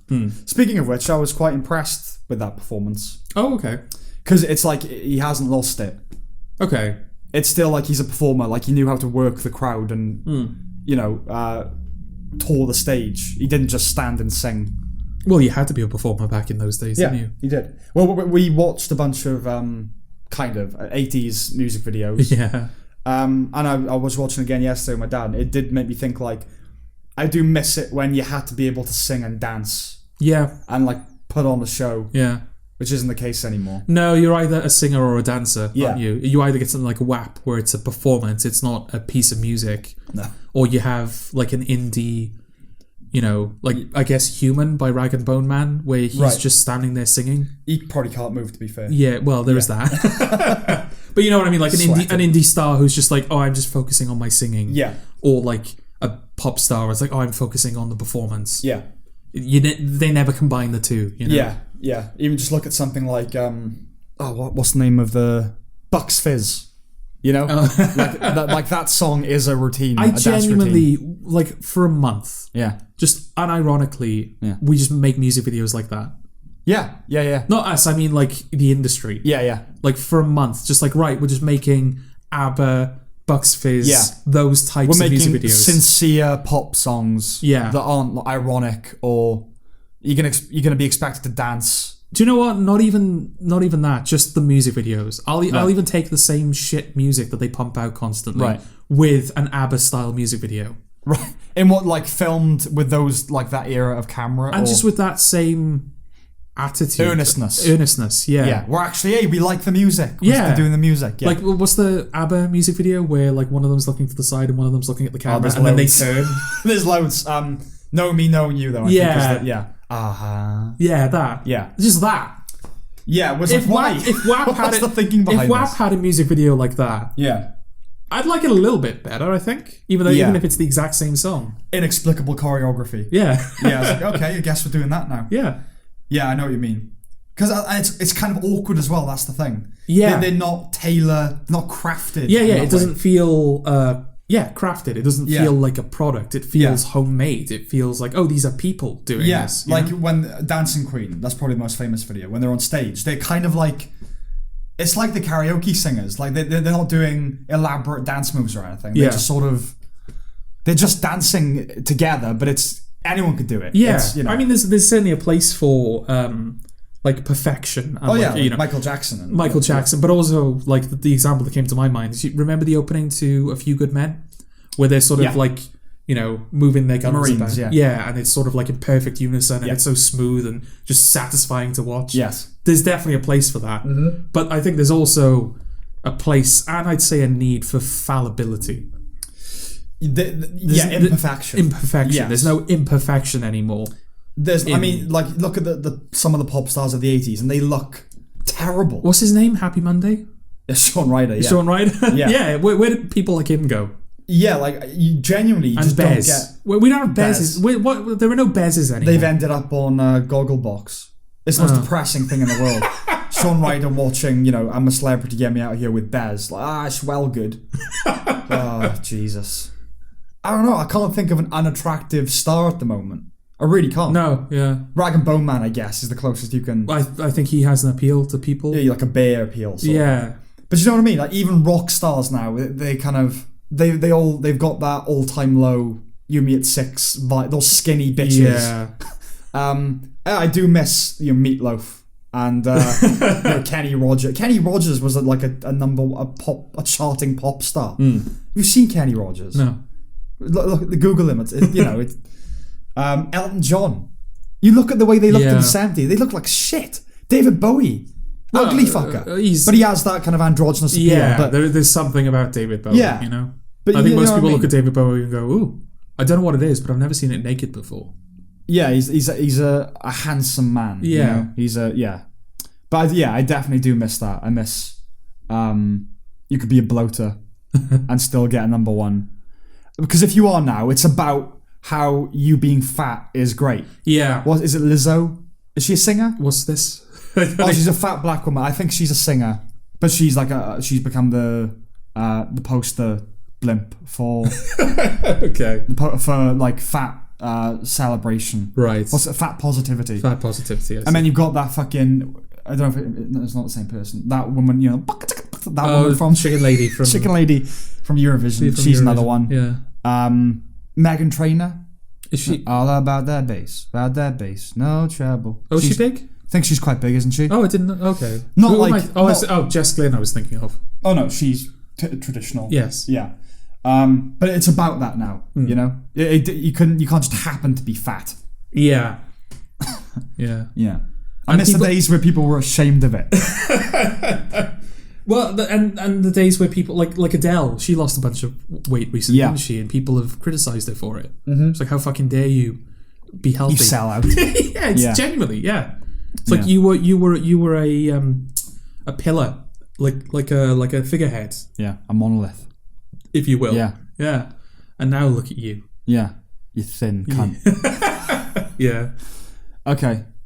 In answer to your question, I know it when I see it. Oh, well, this has been a great podcast, hasn't it? So useful. Yeah. I don't know what's your opinion? I mean, I thought there was enough nuance there to bring it to your attention. Okay. Clearly, I was mistaken. Well, if you thought there was nuance, express it. Well, I read that. Yeah. And it's that thing where you immediately go to answer, and then you stop yourself and realize, oh, I actually don't know. Right. Ooh, that's an interesting point. I'll bring it up with Sam. Interesting discussions will be had. Did you think we would have an answer? Like, this is what makes it I thought cover. we would at least arrive at one, Well, we have arrived at one. Yeah, but it's shit. I'll know it when you show it to me, and I'll let you know. Okay.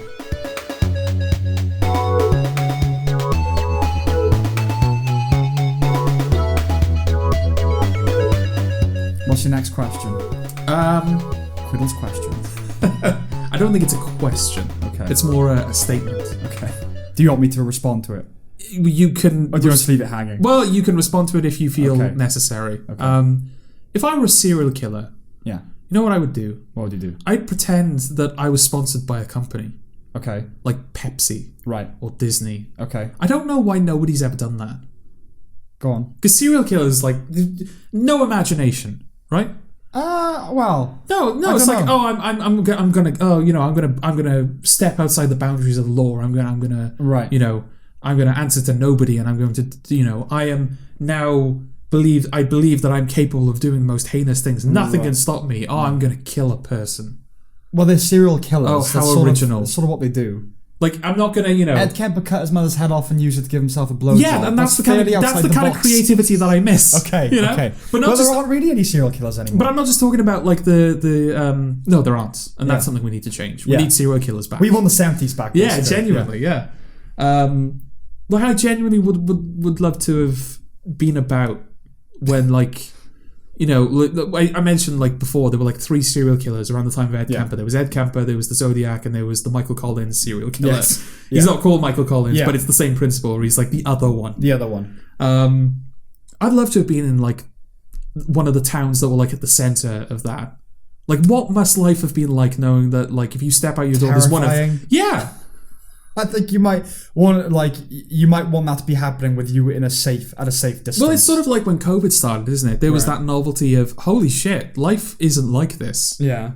This is something new, and we are experiencing it. Kind of like that. It's like... Where there are curfews and stuff. Yeah. Just genuinely, like, what must it have been like to live in fear? I mean... But yeah, you have to conduct your... Like, everyday life must continue. But you're walking out the door knowing, I might not come home. I don't think it would be that interesting, to be honest. Okay. Well, I'm sure it would wear thin very quickly, yeah. I mean, it would just be a vague... You just know there's a killer relatively near. Yeah. You're still probably going to operate on the assumption that, like, you're safe. Okay. Because most people obviously are. Yeah. Oh, well, I'm not a young blonde woman. Yeah, exactly. I'm going to be fine. It would be just a hint of danger, wouldn't it? Yeah. I mean, don't you get when you're, like, walking...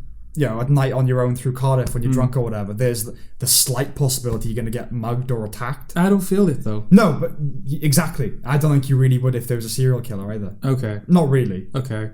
Well, thank you for poking the hole in that balloon. I think if there was, like, you were on your own and there was a guy that appeared to be following you, you'd start to get like, oh, that could be a killer. Yeah. Other than that, I think life would pretty much go on as normal. Okay. Yeah. But yeah, it's just the fact that serial killers are like, they'll leave that, I think Zodiac left behind notes for the police or something, and sometimes they'll do stuff like that, but they'll like fuck with the police. But most of them, they'll just like kill a person and like, oh, that's my lot, that's it. Right. I'm sort of satisfied now. You gotta understand, they're not doing it as a craft. A lot of them, they're not trying to like be artists. Well, maybe that's where they're going wrong. Okay, they're just doing it because it's like, whereas you and I need to take a shit, they need to kill. Right. They also need to take a shit. Yeah. But it's the same compulsion. Okay. They're just they're not trying to be virtuosic about it. Right. Yeah. But there's not been one serial killer who's like, he's pulled a woman aside, she slit her throat, slit her wrists, cut her up, left her in the forest. Yeah. The police find her. Yeah. And you just see like, the Pepsi logo. Okay. And it's like this murder was sponsored by Pepsi. Why would you do that? Well, just for fun.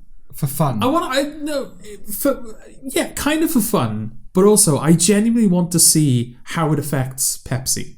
It wouldn't at all. You say that, but like more people would buy it, if anything. But you said that about Corona, and their stock has dropped like 130 million since coronavirus. Very different circumstances. Well, no, because if people are still dying. It doesn't matter whether they're being killed by a virus or by a serial killer. But people are still dying in the name of the this name company. of the virus is Corona. Yeah. If the name of the killer was the Heineken killer. Yeah. Then the sales of Heineken might go down. But if you were murdering people and said this is sponsored by Pepsi, and carving it in the tree or whatever, that would just be a detail. Like, oh, the nutter thinks he's sponsored by Pepsi. What if he is sponsored by Pepsi? But they're not. They're gonna. You're insane enough that you're murdering people. Yeah. For no reason. I think they're going to assume you're not sponsored by Pepsi. Well, it's a reasonable assumption to make, isn't it? Okay, but what? Pick an independent. No, if you really want to fuck. So my thing with terrorism, right? Okay. Is if you really want to strike terror into the heart of a people, you go to a random area like where I'm living, the suburbs of nowhere, and you just walk into people's houses and you murder them. That's how you really it can happen anywhere. Yeah. Right. Oh god, this guy will just walk into my home. Yeah. And it's not like London. It's Grey Gwen. I think with serial killers, if you really want to have an impact, say you're sponsored by a local independent business. That like, if you say, oh, this is sponsored by Amazon, oh, he's a fucking nut job. Right. I'm sponsored by KJS Quality Meats. Like, ooh, we're going to have to... I've never heard of that. We're going to have to look into that. Okay. Like, they would genuinely have to follow that lead. Yeah. Whereas if it's... that's just going to be brushed off as, all right, maybe he works for Amazon, but he's clearly a fucking nutter. Well, I don't know. If you kill enough, or if the severity of your kills is enough, I think there's going to be people who are like, they will associate you with the product. Like, it's the Romney rapist, and he's gone around killing all these women. Why is he? But they're calling him a rapist. Okay, he's gone around killing everyone, but they are focusing mainly on the rape. The Sanganit Slayer. Right. He's going around doing his business. Yes. And oh look, Disney. Right. He's sponsored by Disney. Yeah. They keep saying he's sponsored by Disney. So you keep saying the same company. Every time they go and watch... It will eventually reach the point where they go and watch a Disney film. Yeah. And they're going to be thinking, oh yeah, the Sanganit Slayer. That's assuming that you don't get caught quickly. Well, I obviously wouldn't get caught. Why? I'm talking... This isn't like, I think I was working on the assumption that, like, I've got it all figured out, right? Right. If I'm going to serial... Oh, no, but you can't it's a hypothetical. It can't be anything. If I'm going to serial kill, I know what I'm doing. Right. Okay? I'm talking about, like, what do we do on top of that? I've achieved a base level of competence. Right. Now we're sort of having fun with it. You're not going to get... You basically know you're not going to get caught. Yeah. Okay. Kill 17 women in the name of Disney and tell me that the general public are not going to associate Disney with the Sanganit Slayer. Well, they would associate you with Disney, certainly. Yeah. But, like, when Mulan 3 comes out... Yeah. Aquafina is not going to be doing an interview... And they're going to go, so, the Sanganit Slayer business, Aquafina, what do you think of that? Well, no. No? I think it depends on the scale of the thing. I mean, it's probably not going to be international news, is it? The Sanganit Slayer. Well, you don't know that. I can assume so. You underestimate the brutality of my actions. Here's the serial killers, they're all still serial killers. Yeah, but they're no fun anymore. We don't hear about them. Yeah. It's state news. Well, are they serial killers or are they terrorists? No, serial killers. No, that's what I'm saying. Is serial killing, like, is that sort of like bundled up with terrorism now? Like, oh, that's domestic terrorism. That's not serial killing. No, they're very distinct things. Okay, I don't know. That's what I'm asking. Yeah. No. Right. Terrorism is ideological mostly. Yeah. Or religious. Serial killing is psychological. These attacks, is it Birmingham? Yeah, these stabbings. Yeah, that's gang though, isn't it? It was gang related, is it? I don't know. Okay, I really don't know. But that's the thing. I don't know whether that would that. In the olden days, we would have called this. We would have called this guy a serial killer, but now we're going to call him a domestic terrorist because. Well, it's blah blah blah. Yeah. Serial killers don't have a cause. Okay. They have their impulse. I think that's the psychological thing. Whereas I think a fundamental mistake that people make, I'm obviously not the first to say this about terrorists, is that they're all psychopaths. They're not. They just believe in something you don't. I see. There's definitely a difference, but I'm sure there's still serial killers in Milwaukee, but it's state news. It's not international news because I don't know. Maybe there's actually so many that it's not newsworthy anymore. Maybe it's not a case that we don't get them anymore. Maybe it's just there's a preponderance of them, and so it's not news. And like these days, you kill 2 or 3 and then you're caught. Right. Maybe. I don't know. Okay. Maybe that's research we should be doing. Either way, I think serial killers need to step up their game. I'm happy with them remaining quite muted. But don't you miss, like, you talk about, like, serial killers. It's like, oh yeah, Ed Kemper, Albert Fish. Like, these are all, like, these are all the classics. These are, like, the old, But that's because they're prototypes. That's why. Yes. Yeah. But also, they got it right the first time. But how do you get bigger and not be caught? Well, I suppose you get bigger by being able to achieve what Ed Kemper achieved in 2020. But you can't, though. No, but that's why he would, like, that's what's so impressive about it. Yeah. You were able to be an old-fashioned serial killer in the age of, like, surveillance and DNA profiling being as good as it is and that kind of stuff. Okay, but that's obviously, it's not possible, is it? Unless you're a serial killer in Namibia. Or are people just not trying hard enough, Sam? Well, I'm sure serial killers are doing their best to not get caught. Yes. But there's only so much you can do, isn't it, without kind of leaving evidence? Okay. Because that's like, I think most, like, we've been given the wrong impression of serial killers, I think. They've been done a disservice by shows like Hannibal, and it's just not like that for most, is it? You have the odd ones where there's an artistry to it, if you like. And, yeah. But I think like Silence of the Lambs and things like that, they created the following kind of attitude where they've got their thing. They've got their niche, idiosyncrasy. And this one's the cleaver, and he's a butcher, Yeah, they're kind of like superheroes, where it's like, this is his... That's their power, yeah. This is his branding, this is his, iconography, there's the alter ego, and it's just not like... It's just a guy, isn't it? A very disturbed, twisted individual. Very disturbed, yeah, who just wants to kill people. Yeah. So my response is all right. Oh, we'll end the segment then. Do you have any more questions? No, I don't think... No, I don't. You don't? No. Okay. I think you do. I think you're holding back. No, I don't. You don't? No. Okay. Sure? I'm just trying to remember the theme song. Oh, right. Dun dun boom. Wasn't there something like that? Okay. That was Criddle's... Criddle's question. Criddle's queries. Whatever. Criddle's queries. Okay. Back to films. Yeah. How familiar are you with the Bill and Ted movies, Sam? I haven't seen any of them. Okay, neither have I. Yeah. But I watched the third one. See, I know you did. Yeah. But you shouldn't have done that. Why shouldn't I have done that? Because it's like watching Dexter starting with season 5 of Dexter. Well, I did that. I know. That's my point. And now I'm going back. Yeah. To see. I've finished season 3 now. Yeah. So I'm about to start series 4. Mm-hmm. And the fact that I've watched series 5, 6, 7, and 8 first has not diminished my enjoyment. If anything, I feel like, oh god, these are great. Okay. Separate point. My point with this is, this film was created out of nostalgia. Yes. But you don't know anything that it's referencing. No, I don't. So does that mean that, in a sense, I'm sort of an ideal candidate to watch this? Because I can sincerely judge if this film stands on its own, or whether it is just, you have to have nostalgia for Bill and Ted. You can judge whether it stands on its own as a film, yes, but it just feels dumb not to watch the first two before watching the third. Okay, I would have watched the first two. Yeah.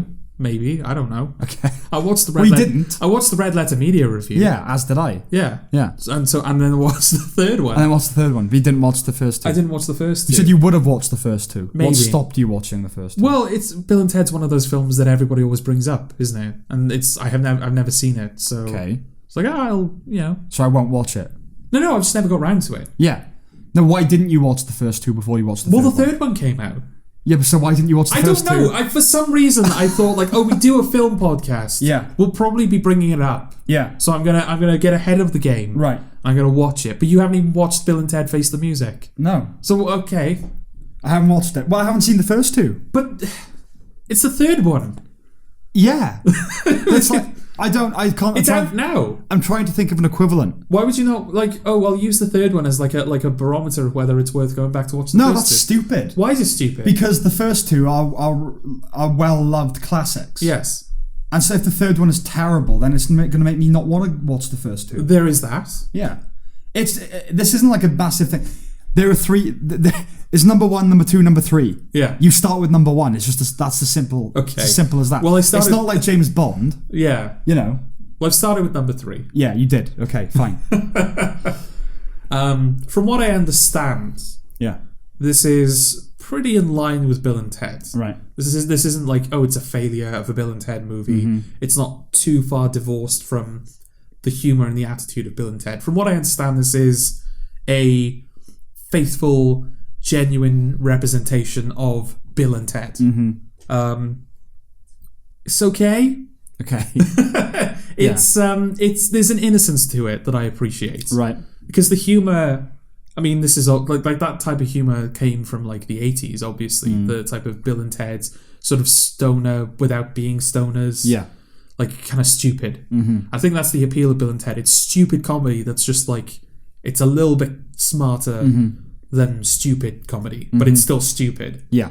And it definitely has that. But because it's, it's a throwback, and because it's trying to be the next installment in the Bill and Ted series. It doesn't have the cynicism and that kind of like knowingness, that kind of like self-aware streak that a lot of comedy films try to have, where you got like people gymming the camera, right? Metaphorically or not, not metaphorically or not, literally or not, yeah. So there's an innocence to it which I appreciate, but it's a very sloppy movie. Yeah. Again, I think that's the appeal of Bill and Ted, but well, there's a difference between sloppily made and sloppy. Well, it's lazily made. Okay. I'd say it's given that it's come out in 2020, it looks like a film that could have come out in the early noughties. Right. Not in terms of the quality of the cameras that they've used, but in terms of the cinematography and certainly the CG that they've used. It's incredibly cheap looking CG. Right. It looks bad. Isn't it? Was that Kickstarter? I don't know. Okay. I think that like all of the original writers and like actors, I think they've all come back. Yeah. So it's a passion project, definitely, but I don't know if it was Kickstarter. Okay. Yeah. I do have notes. Yeah. But that's the thing. I thought that there was going to be... I thought you would have seen it. Right. So I'm sort of like, I'm having to adjust to there being no back and forth. Well, I wouldn't have seen it anyway had I seen the first two because it's not been released in the UK yet. Oh, is it not? No. I see. Oh, have I just given away my... Well, I don't know how well reviewed it's been. There's a lot riding on me watching the film. Okay. I don't know if I ever would have watched it. Okay. But, it's fine that we're doing this now. Okay. All right. I mean, the film is about music. Like, it's called Bill and Ted Face the Music. I think, like, the running thing is that Bill and Ted, they're in a band called the Wild Stallions, or they were in a band called the Wild Stallions. And their music is going to... Like, the entire culture of the future is built on Bill and Ted's music. Right. So this film sort of starts off with... Like, Bill and Ted are the age that they are now, and they still haven't written any good music. Okay. And that's sort of the setup of the film, is that all the time and space is falling apart, and you have until this time to write the music that's going to save the universe. Right. That's what the film is. Yeah. So music is definitely at the heart of the film. You've got it's sort of separated. So you've got Bill and Ted's time traveling to the future to get the song from their future selves because they don't know how to write it. So they reckon... It's a paradox. Yeah, that's the other thing as well. I think that's like a genuinely accepted thing with Bill and Ted, though, is like the logic is bullshit. Yeah. It's not what you're there for. Yeah. And in that respect, I'm fine to go along with it. Yeah. So they're going to the future to get the song from themselves, while their daughters are going back in time to assemble all of these musicians for their band. Right. So they go back in time and they like recruit Jimi Hendrix and they... That was going to be the first person I suggested. Oh, really? Who else would you suggest? Musicians from history. Jimi Hendrix, certainly. It has to be people that are dead, right? Well, yes. Beethoven. Close. Mozart, yeah. Musicians from history. Any other classical composers? Bach? No classical composers. Someone in between Jimi Hendrix and Mozart. I know that's quite a range. That's early 1900s, I think he's from. Yeah. Cole Porter? No. Irving Berlin? No. George Gershwin? No. Go on. Louis Armstrong. Okay. So Jimi Hendrix, Louis Armstrong, Mozart, and then there's like a Chinese flute player from like olden times, and a cave woman who plays the drums. Okay. So it gets a bit looser towards the end. Okay. The point that I was going to make basically though is that there are a lot of musicians that are in the film, not actual musicians, like they're playing musicians. The actors are playing musicians. So would it be nice if they picked people who could actually play the instruments? Right. Basically, every shot in this film where that character is playing the instruments, you either can't see the actor's face, or you only see the actor's face and you don't physically see them. Like, you don't physically see Mozart pressing the keys on the keyboard. Yeah. You don't physically see Jimi Hendrix playing the guitar. But, like, with Louis Armstrong and the flute player, like, you can fake that easily. Yeah. They just put their mouth on the thing, and then you can, like, any sound effects, you know. So I feel like that was, get people who can play instruments, I mean, I can't imagine they have much of an actor. There's much to do on that front, in terms of acting, right? Well, maybe. Okay. Yeah. Well, I don't know. I'm just, Each of them have a scene. Like Jimi Hendrix has a scene where he plays guitar. Mozart has a scene where he plays piano. Yeah. They all have an opportunity to show off their musical prowess. Okay. Yeah, to show. Okay. So you cast a musician who can act rather than an actor who can maybe play. Yes. Right. Because like the musicians themselves, they're not huge characters. Mm-hmm. They're kind of like Pokemon, where like the daughters catch one, and then that's it. They're sort of in their party for the rest of the film. So they're not like I think the guy who plays Louis Armstrong is pretty spot on. Right. Like that feels like, oh yeah, that feels right. Mm-hmm. Jimi Hendrix is okay. Mm-hmm. And Mozart, he's speaking in his native language as well. So I assume he's acting okay. German, I think so, yeah. Well, Wolfgang. Yes. Wolfgang he's Amadeus Austrian, Mozart. He's Austrian, so... So yeah, that was something that disappointed me. Like the climax of the film is they have to play... They play the song that is meant to unite the universe. And it's... I don't remember it. Yeah, I was going to say, that sounds like a bold thing to do. Oh, absolutely. I genuinely thought they weren't going to play it. I thought the climax was going to be, we've assembled everyone, ready guys, they go to play it, and the film ends. I kind of admire it. Okay. Like in terms of, they did it. Yeah. Because, I feel like if I was doing that, there's nothing that we could write here that's going to be so good. Yeah. That it's the song that saves the universe. Alternatively, we could just play Comfortably Numb. Yeah, all right. Yeah, exactly. Do you know what I mean? Yeah. So it feels a bit... but I do admire that they actually went ahead with it. I genuinely didn't think they'd have the balls to do it.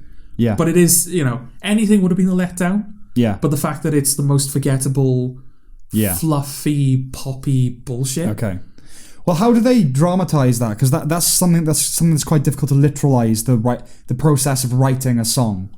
Is it a lot of scenes of them just going like, oh, nah, don't play that? No, I think they just like, they're jamming at the end. All right. And the daughters are going, oh no, don't play like that, play like this. Right. And then they do it. And then the music just works. Okay, okay. Yeah, the daughters. I want to bring up the daughters. All right. Fuck. Can't remember the names of the daughters. Okay. The actors, I mean. Yeah. Eddie? Yeah. There's a moment of silence for Eddie. We didn't have a moment of silence for Chadwick Boseman. Yeah. But, even though Eddie's coming back, we'll have a moment of silence. Well, isn't that completely appropriate? Is it? If you'd sooner have a moment of silence for your friend than for some guy. Yeah, but Eddie's coming back at some point. Yeah, I know that. But, like a half moment of silence. Okay. That was that. Yeah. I can't remember the names. Do you want me to look it up? Yeah, look it up. Okay. Right, I'm going to guess Samara Weaving. Yes, she plays Bill's daughter. Yeah, and Bridget Lundy Payne. She plays Ted's daughter. Yes. She's Keanu Reeves' daughter. Okay. Whereas Samara Weaving. Samara Weaving, not Sigourney Weaver. No. Samara Weaving is... I can't remember his name. Is it Alex something who plays Bill? Alex Winter. Yeah, his daughter she plays. They're basically just Bill and Ted. Right. Like, those actresses are basically doing an impression of Bill and Ted. And in fairness, it's a damn good impression. Okay. Like, the Ted's daughter, she is like, like that is young Keanu Reeves. Okay. Like, she's spot on in that respect. Yeah. But I found them immensely irritating. Okay. Is that a sexist thing? Well, here's the thing. Bill and Ted, it got a little irritating at times. Right. I know that they have their appeal, and I understand their appeal. For the most part, I was sort of taken with them. By the way, Keanu Reeves can't act. No, I know. I don't know if you knew this. This film illuminates just how much he can't act. Especially asking him to do something that he did that long ago. Yeah. Like, was he ever able to act and just like stopped at some point? No, I don't think he could. Because if you watch Bill and Ted, he's at least doing the surfer thing. Like, he is doing. Well, maybe that's what he could do. Oh man, Yeah. But then everything else he's done. Yeah. He's rubbish in. Even The Matrix. Well, he's a physical actor, is the thing, isn't he? Yeah, sure. No, genuinely. I think but he didn't start. He started off being an actor. But he's found like I think he's found his niche. Yeah, exactly. Yeah. Yeah, but he struggles in this film, which is interesting because again they pointed out in the Red Letter Media review. But Alex Winter, I didn't know that he'd stopped acting. I hadn't seen him in anything. Yeah. But apparently he hasn't acted in years, and he's pretty good in this. He carries it. Yeah. Well, he's aged better, certainly. Oh, definitely. Yeah. What have the characters grown up at all? Yeah. Okay. Yeah. They're like their fathers with their daughters. Yeah. But have they emotionally grown? Or are they still? Oh, man, they're still doing that. They're still doing the Bill and Ted thing. But there is that air of, Bill, maybe it's time for us to give up on that sort of thing. Where it's to the detriment of our wives and the lives that we lead. Right. It's like, I know what you mean, Ted. Because it is sad when you have characters like that, like in their 50s. Trying to do that. Well, the opening scene is them at a wedding, right? Performing a song, right? And I thought that's what the film was going to be. It was going to be them like trying to write that song and, you know, oh, we have to keep going, man. And trying to replicate the Bill and Ted thing from back when. I don't think it's that. Okay. Again, I'm not the best judge because I haven't seen the first two films, but it doesn't feel like we're just trying to recapture. Yeah, well, it feels like they've genuinely gone, right, what would these characters be 30 years in the future? I don't think enough time has passed for it to be funny. There is that element as well, yeah. I think in the 50s is not sufficient. It's not funny enough. If they were doing it when they were in the 60s or 70s, just the sheer idea of that is funny. Yeah. 50s, you just look older. Yes. You know? You're not like, you're not sagging and... Well, interestingly, they do, because like I said, they do. Because obviously they're traveling into the future in order to get the song from their future selves. And they eventually get to themselves on their deathbed where they're put in old age makeup. Right. And that's funny, I guess. Because Keanu Reeves is exactly the same. Even though he's in old age makeup, he's acting exactly the same as normal Ted. Yeah. But Alex Winter is genuinely like, I'm on the verge of death. Keanu Reeves. I'm shaking whenever I move, and you know. Yeah. And the like after credits scene is them in old age makeup playing their guitars. Okay. So there's something nice about that. But when Keanu Reeves is supposed to be playing, you know, the healthiest person in the world, he acts like he's terminal. So you would. Yeah, that's his thing. So. Yeah, Keanu Reeves always looks like he's just been diagnosed with something. Yeah. He's just been told his diagnosis. Well, he's had a rough go of it. Keanu I know Reeves, that, but, you know, he's had a pretty good run of it as well, to be fair. Well, yeah. You know, the bitter with the batter. Yeah, I assume his luck has changed recently. Well, yeah, he was... last year was a good year for him. I mean in his personal life. Professionally, his luck has certainly changed. Oh, yeah. Yeah, he's in literally everything. He was supposed to be in SpongeBob, right? Yeah. Yeah. I only say that because SpongeBob is not currently out. It's supposed to have been out. Okay. So this was going to be another like great year for Keanu Reeves. Right. But a thing he's in is, you know, postponed. SpongeBob, this, and Cyberpunk 2077. Yeah. Another big year for Keanu Reeves. Yeah. The daughters. Is it a sexist thing? The fact that the daughters are essentially doing an impression of Bill and Ted. Yeah. But I can tolerate Bill and Ted, whereas I found the daughters irritating. Probably. Oh dear. Probably is a sexist thing, but I don't know whether it's good sexist or bad sexist. Okay. Because men and women are different, aren't they? Yeah. And so, like, you expect them to behave differently to each other. Well, there is that. I mean, like, Alex Winter and Keanu Reeves, I think they're attractive men, right? They're considered to be attractive men. So, yeah, sure. Because I was going to say, like, Samara Weaving and I can't remember the other actress's name. Yeah, like, they're both attractive women. Yeah. But if Keanu Reeves and Alex Winter are attractive men, then there isn't a point to be made about, attractive women. It doesn't, you know. Well, it's certainly these aren't convincing characters for attractive women to play. Well, attractive men being doofuses is still more believable than attractive women being doofuses. Okay. In that way. Okay. And there's the Valley Girl thing, which is fine. But if they're being like stoner surfer doofuses, yeah, that doesn't ring quite true, I don't think. Okay. If you're a woman, an attractive woman. Okay. Well, it might be that sort of thing. And it might just be the... there's been no confirmation of it, but if this is like a passing of the torch movie, right? Which it kind of is at the end, because Bill and Ted are under the impression that they're supposed to write the song that will like unite the universe, but they realize, only our last names are used in the prophecy. Right. Which means that this prophecy could also apply to our daughters. Right. Initially, I didn't like that. It was like, right, they've sidelined Bill and Ted in the finale to push the daughters because they're going to franchise this and it's going to be, you know, Billy and Tedette. Well, what are their names? Oh, I can't remember. Oh, it's not Bill and Ted. It's close, I think. Because I feel like a way you get around that is they've named their daughters after their friend. Oh, yeah. So Ted's daughter is Bill, and and I don't think it's that. It's not that, okay. I think it's close to Bill and Ted, but it's like female versions of that. But they don't sideline Bill and Ted, because Bill and Ted realize what they have to do is to give everyone in every time, in every dimension, in every space an instrument. Right. So they can play along to the song. Right. So while the daughters are sort of rehearsing, Bill and Ted are traveling to literally every single dimension to hand off instruments to people. Right. So they're still a part of the finale. Okay. So I was okay with that. Okay. But if this is like, we'll do a film that's introducing the daughters and then all future Bill and Ted movies, of which we plan to make a fuck ton Yeah. will be of the daughters. That I don't like. Okay. And I got that impression. It's like, oh, they're literally just Bill and Ted because that's how you continue the Bill and Ted movies. Yeah. But we'll see if that comes to anything. Well, I'll give it, if it gets decent reviews, watch it. I don't know. I mean, I'll give it like enough leeway to say, because usually we rail against like, oh, they're women now, Yeah. If I was doing a Bill and Ted film and having their children in it seems like a good idea, I wouldn't have them have 2 sons. No, that is literally like, oh, we're trying to recreate Bill and Ted. So, fair enough. Yeah. 2 daughters, but as long as it doesn't spring another franchise. Yes. Yeah. If it gets decent reviews, I will watch it. Yeah, but I will like watch I said, the first 2 first. Okay. I will watch the other 2 because apparently the other 2 are better. Yes. This isn't a bad film. Mm-hmm. That's the nice thing, is this film isn't bad, it isn't cynical, it isn't rough to get through. Mm-hmm. It's just, it is what it is. Yeah. And there's no shame in that. It's shoddy, but its heart is in the right place. Yeah. Yeah. Okay. I would have liked the musicians to be able to play their instruments. Yeah. And there's a couple of other things as well, but I think that's just like the time. Like I said, the time travel stuff makes no sense. Mm-hmm. But I think you can't really criticize that in a Bill and Ted movie. Is Mozart being underused somewhat? I mean, if he's playing keyboard in a band. Yeah.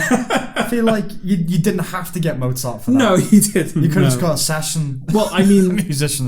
Given the quality of the music they're playing, they didn't need any of the musicians that they hired. Okay. It's that like generic. Yeah. You know? It's clearly it's a pop song. Well, it's poppy. Okay. There's no lyrics to it. There's no vocals. It's just sort of instrumental. Right. But like I said, I've seen trailers and clips of old Bill and Ted, and it's like that hair metal, Yeah, man. Yeah. And they do a bit of that when they're old and playing the guitars at the very end. But the credits as well, it has like uplifting pop music about like, we're gonna spend time together. Okay. It's like, this isn't Bill and Ted. No. It doesn't feel like Bill and Ted at all. No, like you're thinking Bon Jovi and Foreigner and Whitesnake. Yeah. Yeah.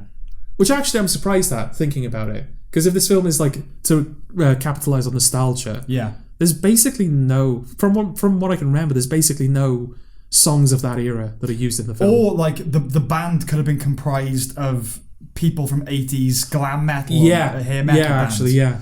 Like, you get the Def Leppard drummer, and, all that stuff. But no. Dave Grohl shows up. Of course. Does he play the devil? No. Okay, who does he play? He plays Dave Grohl. He plays Dave Grohl. Do they go to him to recruit him, do they? No. Explain. It's while they're travelling into the future. They travel 5 years into the future, and they meet future Bill and Ted, who are successful, and they've made it. Right. And we have the song for you. And they play the song, and young Bill and Ted are like, oh my god, this song is amazing. And they're like, yeah, it's yours now, dude, so you can go and save the future. And then as they're leaving the house, Dave Grohl walks in, and he goes, what are you doing in my house? Right. So it transpires that they've listened to Dave Grohl's music. Right. So it's not it's not their Why music. is he that guy? Because it's no surprise to me at all that he's in this film. Okay. Why is he that guy? That if it's like Tenacious D, it's rock music, but in this weird, like funny sci-fi fantasy do you know what I mean? Yeah. He's the go-to guy for that sort of thing. Well, is it because of his ties to like Tenacious D? It might be, yeah. Yeah. But I don't know how that happened. How he went from being the drummer of Nirvana to fronting his own, like he did Everlong. That was just then, like Dave Grohl was doing the songs he wanted to do now. And then he kind of became a funny guy.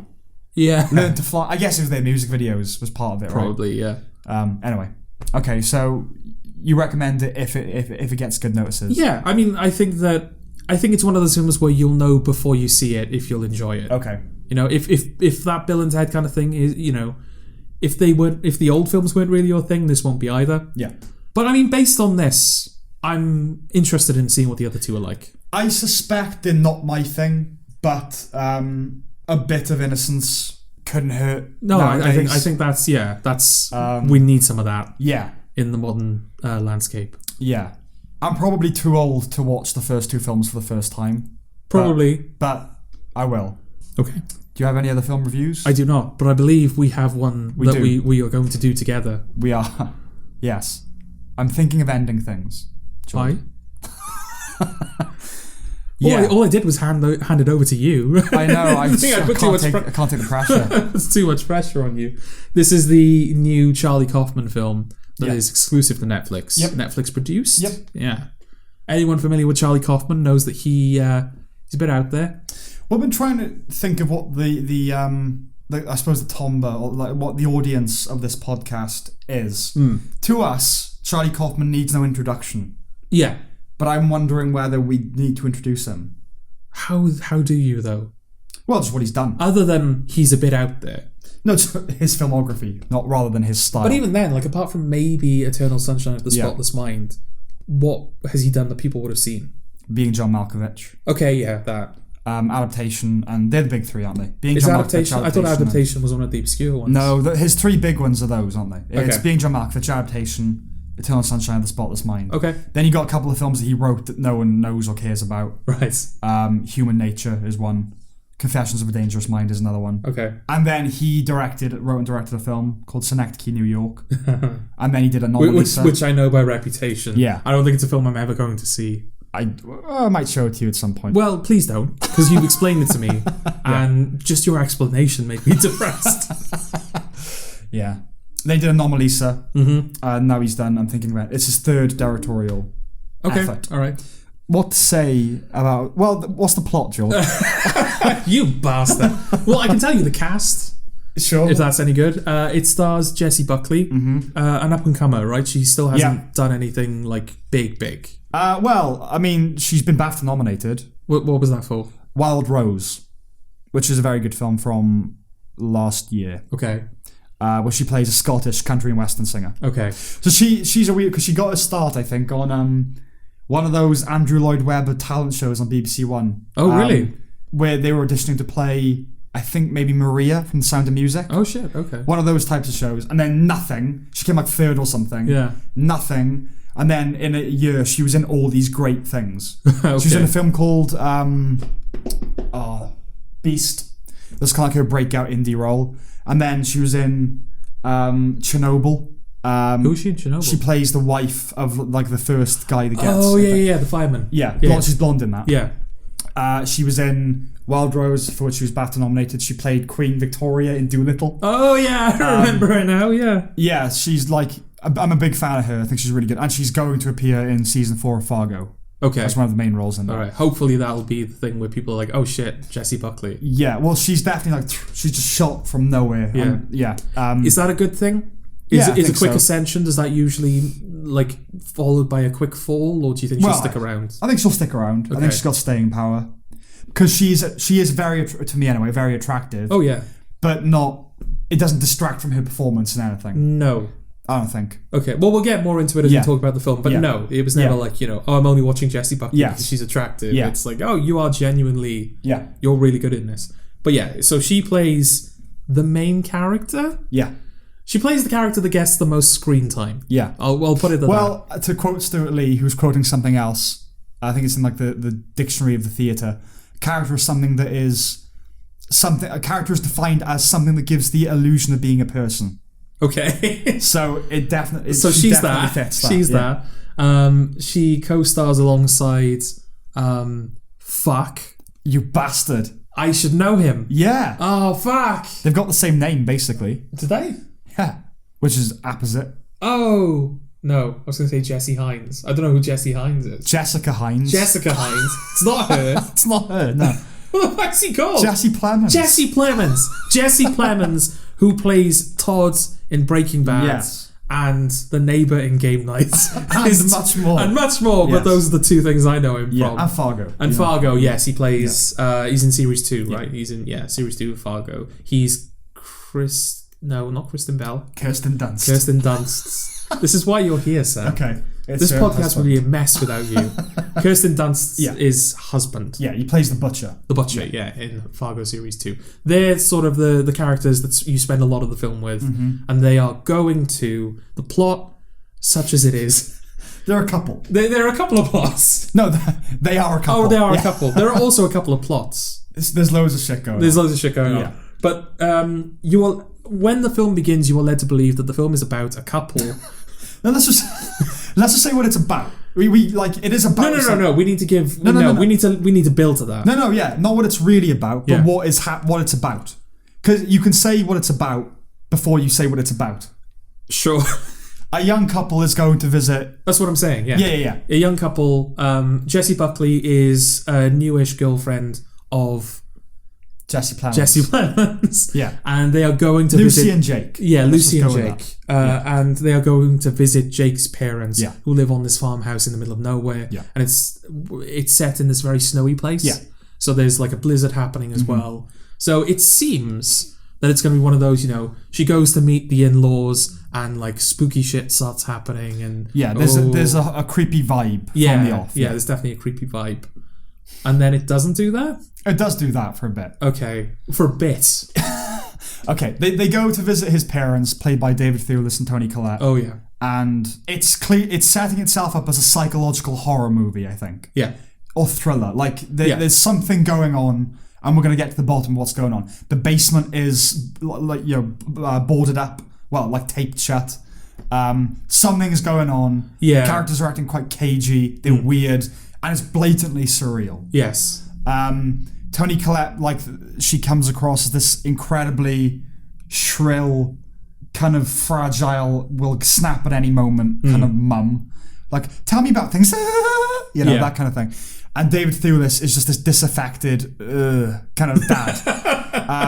What was the big laugh from him? So the best moment in the film, we'll just skip to that. Okay. They're talking around the dinner table, and in a scene very reminiscent of a Razorhead's dinner scene. Yeah. And she's talking about her paintings.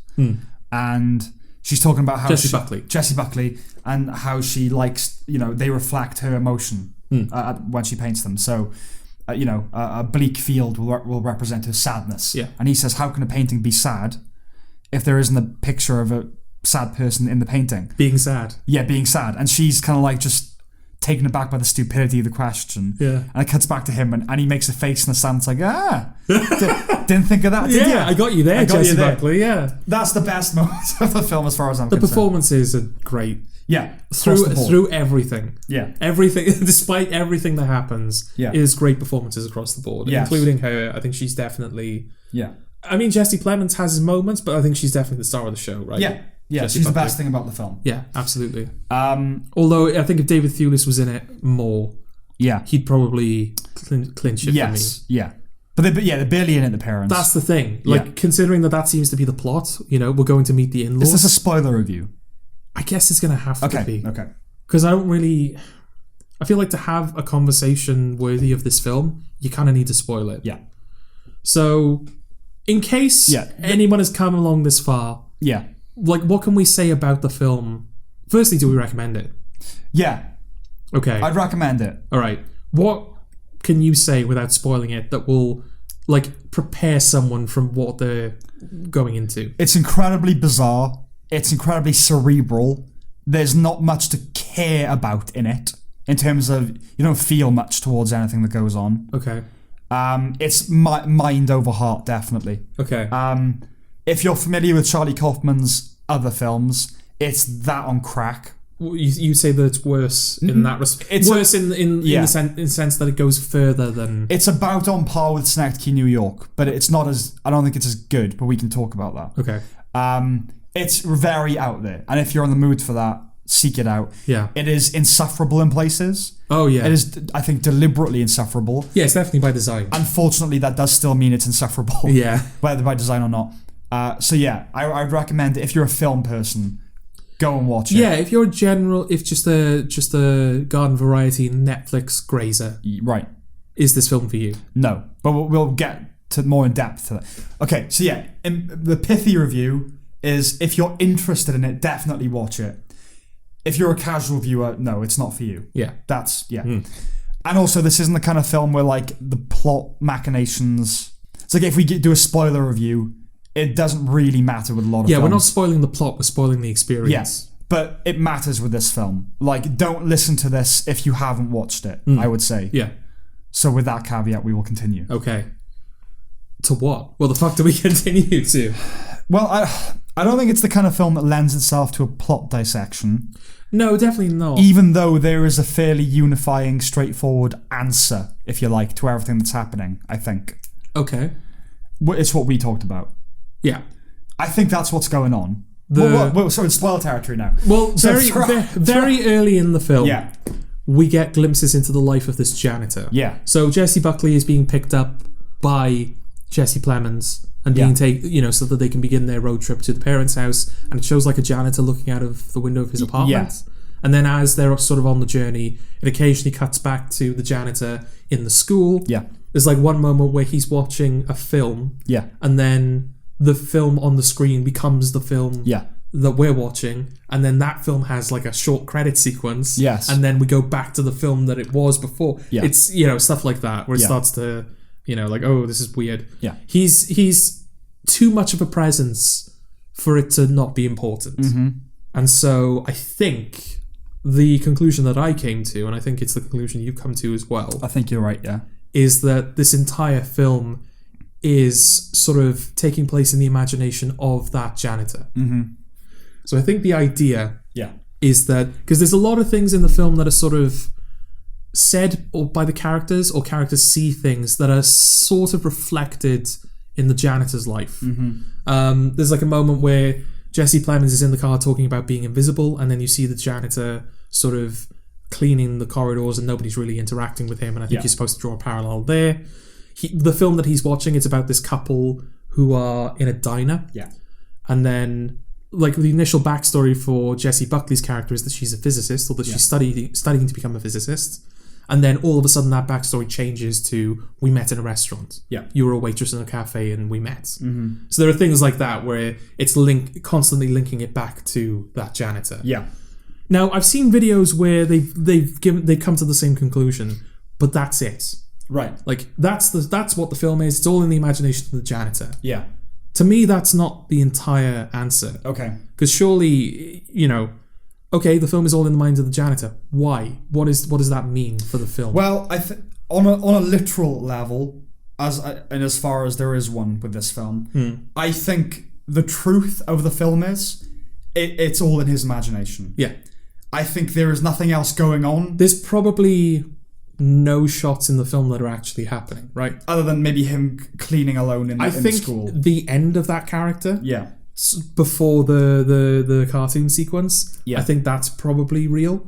And I think him looking out the window at the beginning is probably real. I think, and very little else. I think, in terms of what happens, he starts his day by looking out of his window. Mm-hmm. He goes to work. Mm-hmm. He cleans the school. He gets in his car and he dies. Yeah. I think that's what happens. Also, when he's watching that restaurant film, he's in the film, right? Yeah, but I think he's probably watching that on his break.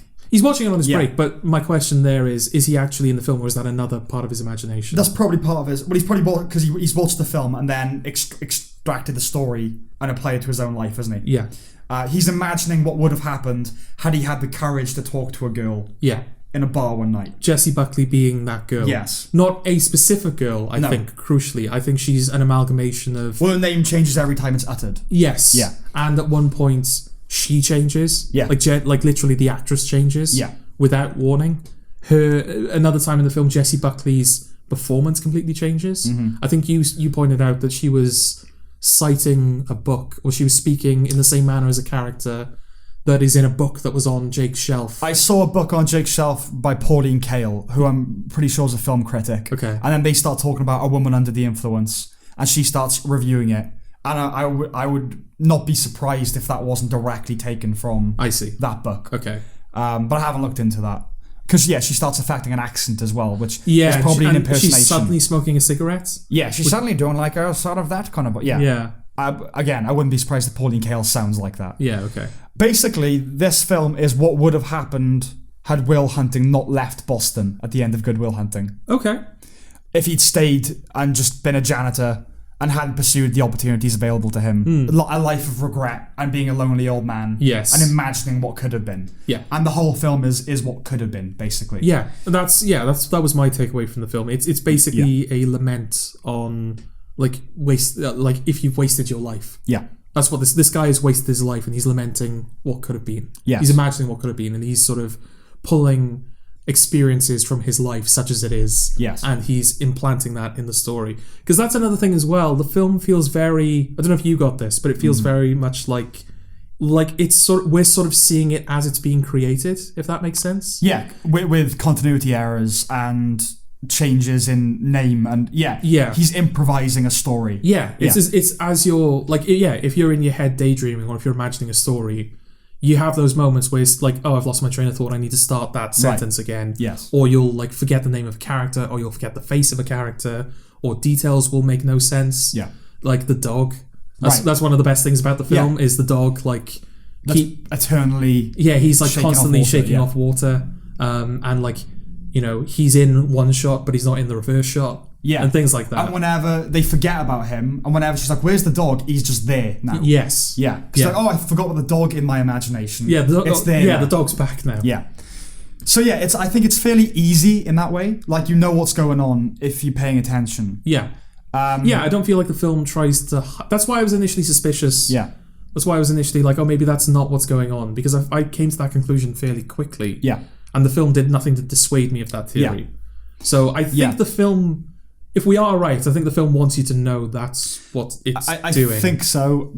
So you have to be interested in just what they're talking about and how it's being presented to you. Yes. Now, I think the film is trying to deal with a lot of big ideas. It's, you know, memory and identity, and this idea that we are all just amalgamations of circumstance and other people's opinions, and, you know, that we pass off as our own opinions without knowing. And the problem is, it's fairly basic for 2.5 hours. Didn't you already know that? Didn't you already know you're just a circumstance? See, my thing with that kind of stuff is, yes, I did. Yeah. But someone else might not. Fair enough, but it feels like it's a smorgasbord, right? A mood board of stuff. Yeah. Of themes. Well, in fairness, this is adapted material. Do we know if the book was like that? No, I think the book is much sparser. Okay. They do have philosophical conversations, but I think he inflated it massively. Well, he has a habit of doing that, doesn't he? As far as I know, the book is they go visit the parents. It's weird. It's a psychological thriller. They go to visit his school. They start making out. The janitor is watching them. Jake goes in to confront the janitor. She goes in to find Jake. Realizes that Jake is the janitor and that she isn't real. Yeah. The janitor made her up because he saw a girl in the bar and never followed it up, and now it's all been a construction. And he kills himself. Right. And that is the book. Okay. It's all fairly clear cut what happens ultimately. The problem is the grandness in the scale thematically means the film doesn't really have any parameters. Yeah, when we sort of get to the third act, it's not even a film anymore. It's not trying to rein itself in at all. No, like when I say it's not even a film, like we have an interpretive dance sequence. Yeah. There's a point where animation is brought into the fold. Like even the form, the framework of this story has fallen apart now. Yeah. And it's relatively well behaved in terms of, you know, what it's going for. Yeah. Relatively. But an issue I have with surrealism is what are the limits? And at some point it's going to be arbitrary, you know? Yeah, I pointed this out to you, isn't it? It's interesting how in the beginning, when the sort of nods towards surrealism and the sort of pricks in the fabric of reality are just that, they're pinpricks. Yeah. That usually gets more of a reaction. That did get more of a reaction out of me than when the film was becoming a dance sequence or an animation dream sequence. It's explicitly weird. Yeah. So the moment it hit me is when she's going down the basement and looks up and Jesse Plemons is calling after her and he's muted and she's talking at normal volume. Yeah. And then she turns back to him and there's just a red door now and it's snowing. Yeah. That's where I was like, oh, you could do anything. Yes. You could do anything. Yes. And so the point, like the nature of the visions, the idiosyncrasies, could be determined by him just throwing darts to the dartboard. And you're gonna hear an aeroplane now that sounds like it's in the room. You could do literally anything because the whole idea is life and people. They're just collections of everything. Yes. We were watching Boardwalk Empire after it, and there's that great line that Eddie says. So the main character in Boardwalk Empire. He has a butler, essentially, and the butler spills his coffee. Yeah. And he's like, it's only coffee. And Eddie says, everything is only something. Right? And I think the philosophy of this film is the inverse. It's something is only everything. Okay. I think that's what this film is trying to say, isn't it? Right. That things are everything. That is what it's doing. Okay. People are everything they've ever encountered. Yes. And that is a problem because how do you govern that? Yeah. Yeah. If you're exploring that conceptually, you could do anything. You went to a zoo once, so there's a fucking elephant in the... Yeah, genuinely. And that's sort of the moment where this film kind of becomes critic-proof, doesn't it? Yeah. Because you're not wrong. Yeah. Like, the way that you're physicalizing that is not wrong. Yeah. But also, how is it any better than doing it this way or that way? Right. Exactly. Yeah. Yes. This is true of loads of, like, most surreal films, to be honest, like a lot of Lynch films. So the question becomes, are you invested enough that you don't care? Or are you so invested that you don't even think about the seesawing subjectivity of it? Yeah. Or if you do notice it, do you forgive it? I think those that... I didn't with this film is the problem. Okay. I kept noticing, I kept thinking, this is random. I'm not like, oh man, it's so random. Like, it is just random. Well, I think by the end, is that supposed to be the appeal? Is that literally anything can happen? It's just like completely falling apart. It's completely deconstructing itself. That's kind of your reward for sitting through that second car sequence. Jesus, yeah. That was Patience testing. Well, again, it was by design, and I'm sort of at a point with films where if I'm like confident that this is the film's intention, then I'll go with it. It was very clear that second car journey is meant to test your patience. Yeah. Like, I kind of like the, I don't know, see. Because, like, they're going on a road trip to and from this location that's in the middle of nowhere. So I kind of like, it's sort of like with Inside Llewellyn Davis. Like, when they go on that... Llewyn. Yeah. My mistake. That's right. Inside Llewellyn Davis, they're in that car... When they're going on that car journey to whatever city they go to, you're stuck in that car with them because it's a road trip. Yes, you're stuck. You can't go anywhere. Oh, you definitely feel that. Yeah. Yeah. And so it's trying to create that. It's trying to replicate that thing. And it definitely does. You feel that claustrophobia and being trapped within the... Yeah. But yeah, it goes on for a long fucking... I would... Like, them in the car is probably at least 50-60% of the film. Hands down. It's hands down. It's like a Stuart Lee joke, basically. Yeah. And like the first... So yeah, there are 2 car journeys. The first one I enjoyed. I liked that it was really drawing itself out. And this thing, I'm not sure the second one was meant to test your patience because even artistically, the filmmaker never wants you to be bored, right? That's the worst thing you can be in a film. Yeah. So you're never meant to be bored. No, I wasn't bored. I was frustrated because I was like, I want to know where this is going. Right. This is not frustrated. This doesn't seem to be heading in any direction. Yeah. But we need to head in a direction because weird shit has happened. Yeah. And now we're kind of stuck in this location where is this leading? Are they just going to go home and that's that? Yeah. Yeah, I liked the first one, and like there was a point where I said to you, I've tuned into the frequency of the windscreen wipers. Yeah.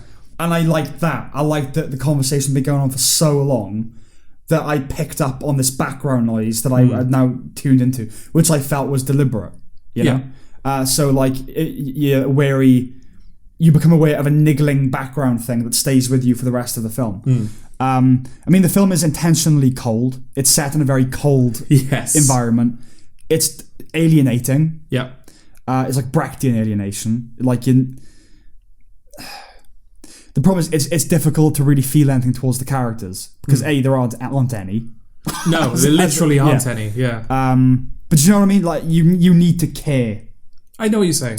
Things I love pretty much every micro element. I love the direction. I love the sound design. The sound design is as much a star as Jessie Buckley. Absolutely. Yeah. Perfect. Yeah. I like the performances. The script is the issue for me. Okay. Buckley kept me engaged enough to buoy my patience through the most patience testing bits. It's too ambitious. Okay. If you're dealing with themes of memory and time and regret, you've got to find a way of streamlining that, of focusing that. Yeah. Because all of a sudden they're reviewing a film. Yeah. Yeah. That goes on forever. It's like 5 to 10 minutes of them reviewing this film. Yeah. I get why the beat is there because, it's calling back to like that book and, But then all of a sudden she's making feminist points. Yeah. And it's like, just focus, Charlie Kaufman. Yeah. Because it's one of the last scenes, isn't it, when she finally encounters the janitor. And what she says to him, like, men will only leave you alone if they think you're claimed by another man. Yes. And it feels like that's going to be the final interaction in the film. And the film is making a point about female identity. Yeah. But it's not. No. It's just in there. Yeah. It's like, there's too much stuff, man. There's too much. You needed a script editor, is what he needed. Yeah. Or a director that wasn't him. Because his 3 best films weren't directed by him. Yeah. And his 3 worst films were. Okay, all right. I liked Anomalisa. Yeah, it's fine, but it's certainly not among his best work. Okay. It's no Eternal Sunshine, is it? No, nor is it being John Malkovich. No. It's been too long since I've seen Adaptation. Yeah. But I did like Anomalisa for what it was. Adaptation is arch and knowing and self-aware and about big ideas, but it's fun. Yeah. It's enjoyable. And he actually, the whole point of Adaptation is how the writer is above twists and Deus Ex Machina and things like that. But then ultimately, the film does employ those things. Yeah. It feels like now Charlie Kaufman thinks I'm above twists. And so I can't do a straightforward psychological thriller that has this big twist at the end. I'm going to do what I've done with I'm Thinking of Ending Things. Yeah. Which is make a pulpy novel, a 2.5 hour thing. Art film. Yeah.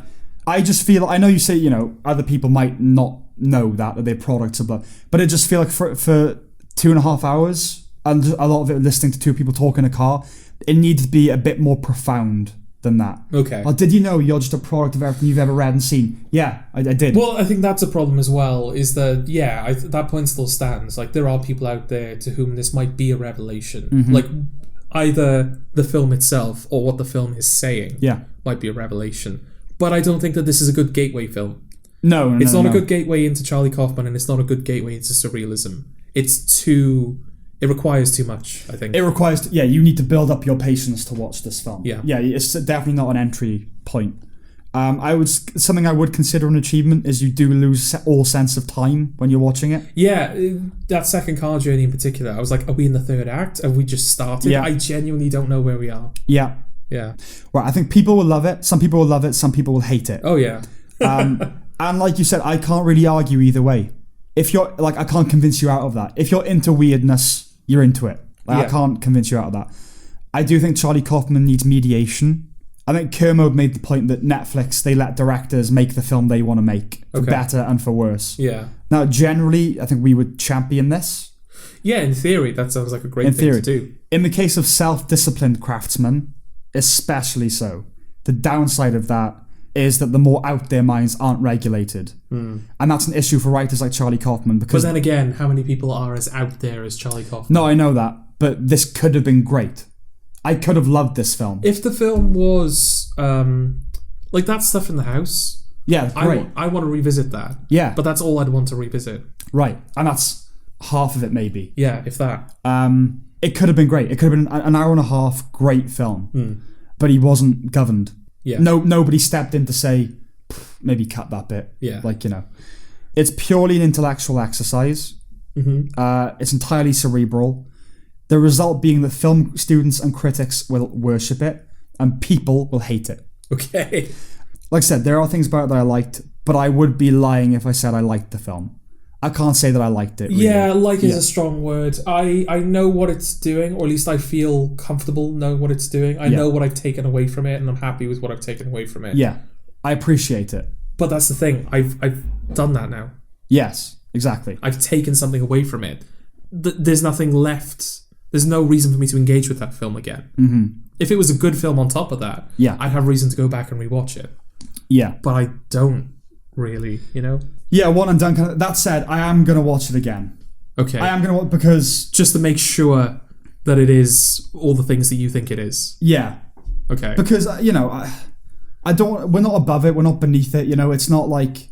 It's just a shame, really. Because I really like Charlie Kaufman. But I like it when he's arbitrated. When his excess is arbitrated by more workman-like directors who know how to put in effect what he wants to achieve while still being engaging and entertaining. Yeah.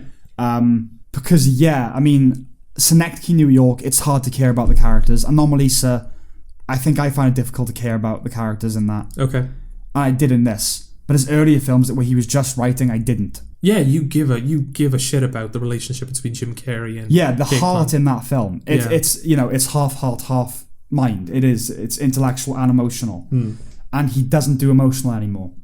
And I suspect he probably thinks he does. Okay. But I think he might think he's above it as well. I do wonder that. That is sort of a question I would like to ask Charlie Kaufman. Is like, who do you think you are?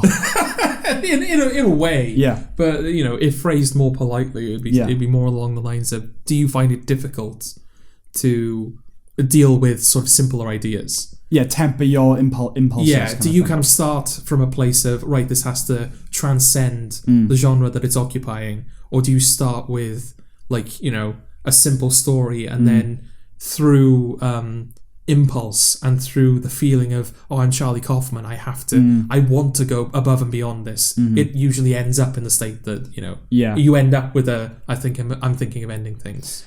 I said to you, like, my first question to him would be, do you think you're capable of doing an hour and a half genre piece? Think you could do that? Whether you want to or not is a different question. Yeah. Do you think it's even in you anymore? But it could be an hour and a half. This could have been an hour and a half psychological horror that made the points he wanted to make. Yeah. It is a genre thing. Yeah, I feel like when the parents start aging and de-aging randomly... Yeah, it gets creepy as fuck. It gets creepy as fuck, but also I feel like that's sort of like, that's... You're starting to make the point. Yeah, you're starting to make the point, and that's also pretty surreal. Yeah. Yeah. There are more surreal things that happen later in the film, but I feel like it's surreal enough for a surrealist film, Yeah, and it should have been set in the house. It should have been like her unlocking various areas of the house, and each area like unlocked a part of the understanding of a memory, or like you've set up the basement as, we don't go in the basement. Yeah. And then the mother offhandedly just goes, oh, can you go to the basement for me? And then she goes down there. This is like around the halfway point. Yeah. There's stuff in there that starts to like elucidate what's going on. Well, her paintings are down there, but they have Jake's name on them, not hers. Yeah. Yes, and other artists, I think. Okay. Well, she's just like taking it for herself. Yeah. Himself, Yeah, realistically, Jake is the only character as an old man. Yeah, if that even is Jake. Yeah, I think it is. I think, well, my point being, like, Jake himself might be like, oh, he's imagining he's like this other guy that he knows. Yeah. This isn't like the janitor when he's younger. The only reason I'd say that is because his identity remains constant, doesn't it? Yeah. Thinking about it. Yeah. She changes a lot. Her name, her visage, everything. He's a constant. Yeah. So, yeah, I admire the effort. Yeah, absolutely. And the film itself, like, as a film, it's fantastically made. Yeah, it's really well is made. faultless on a technical level. The script is the problem.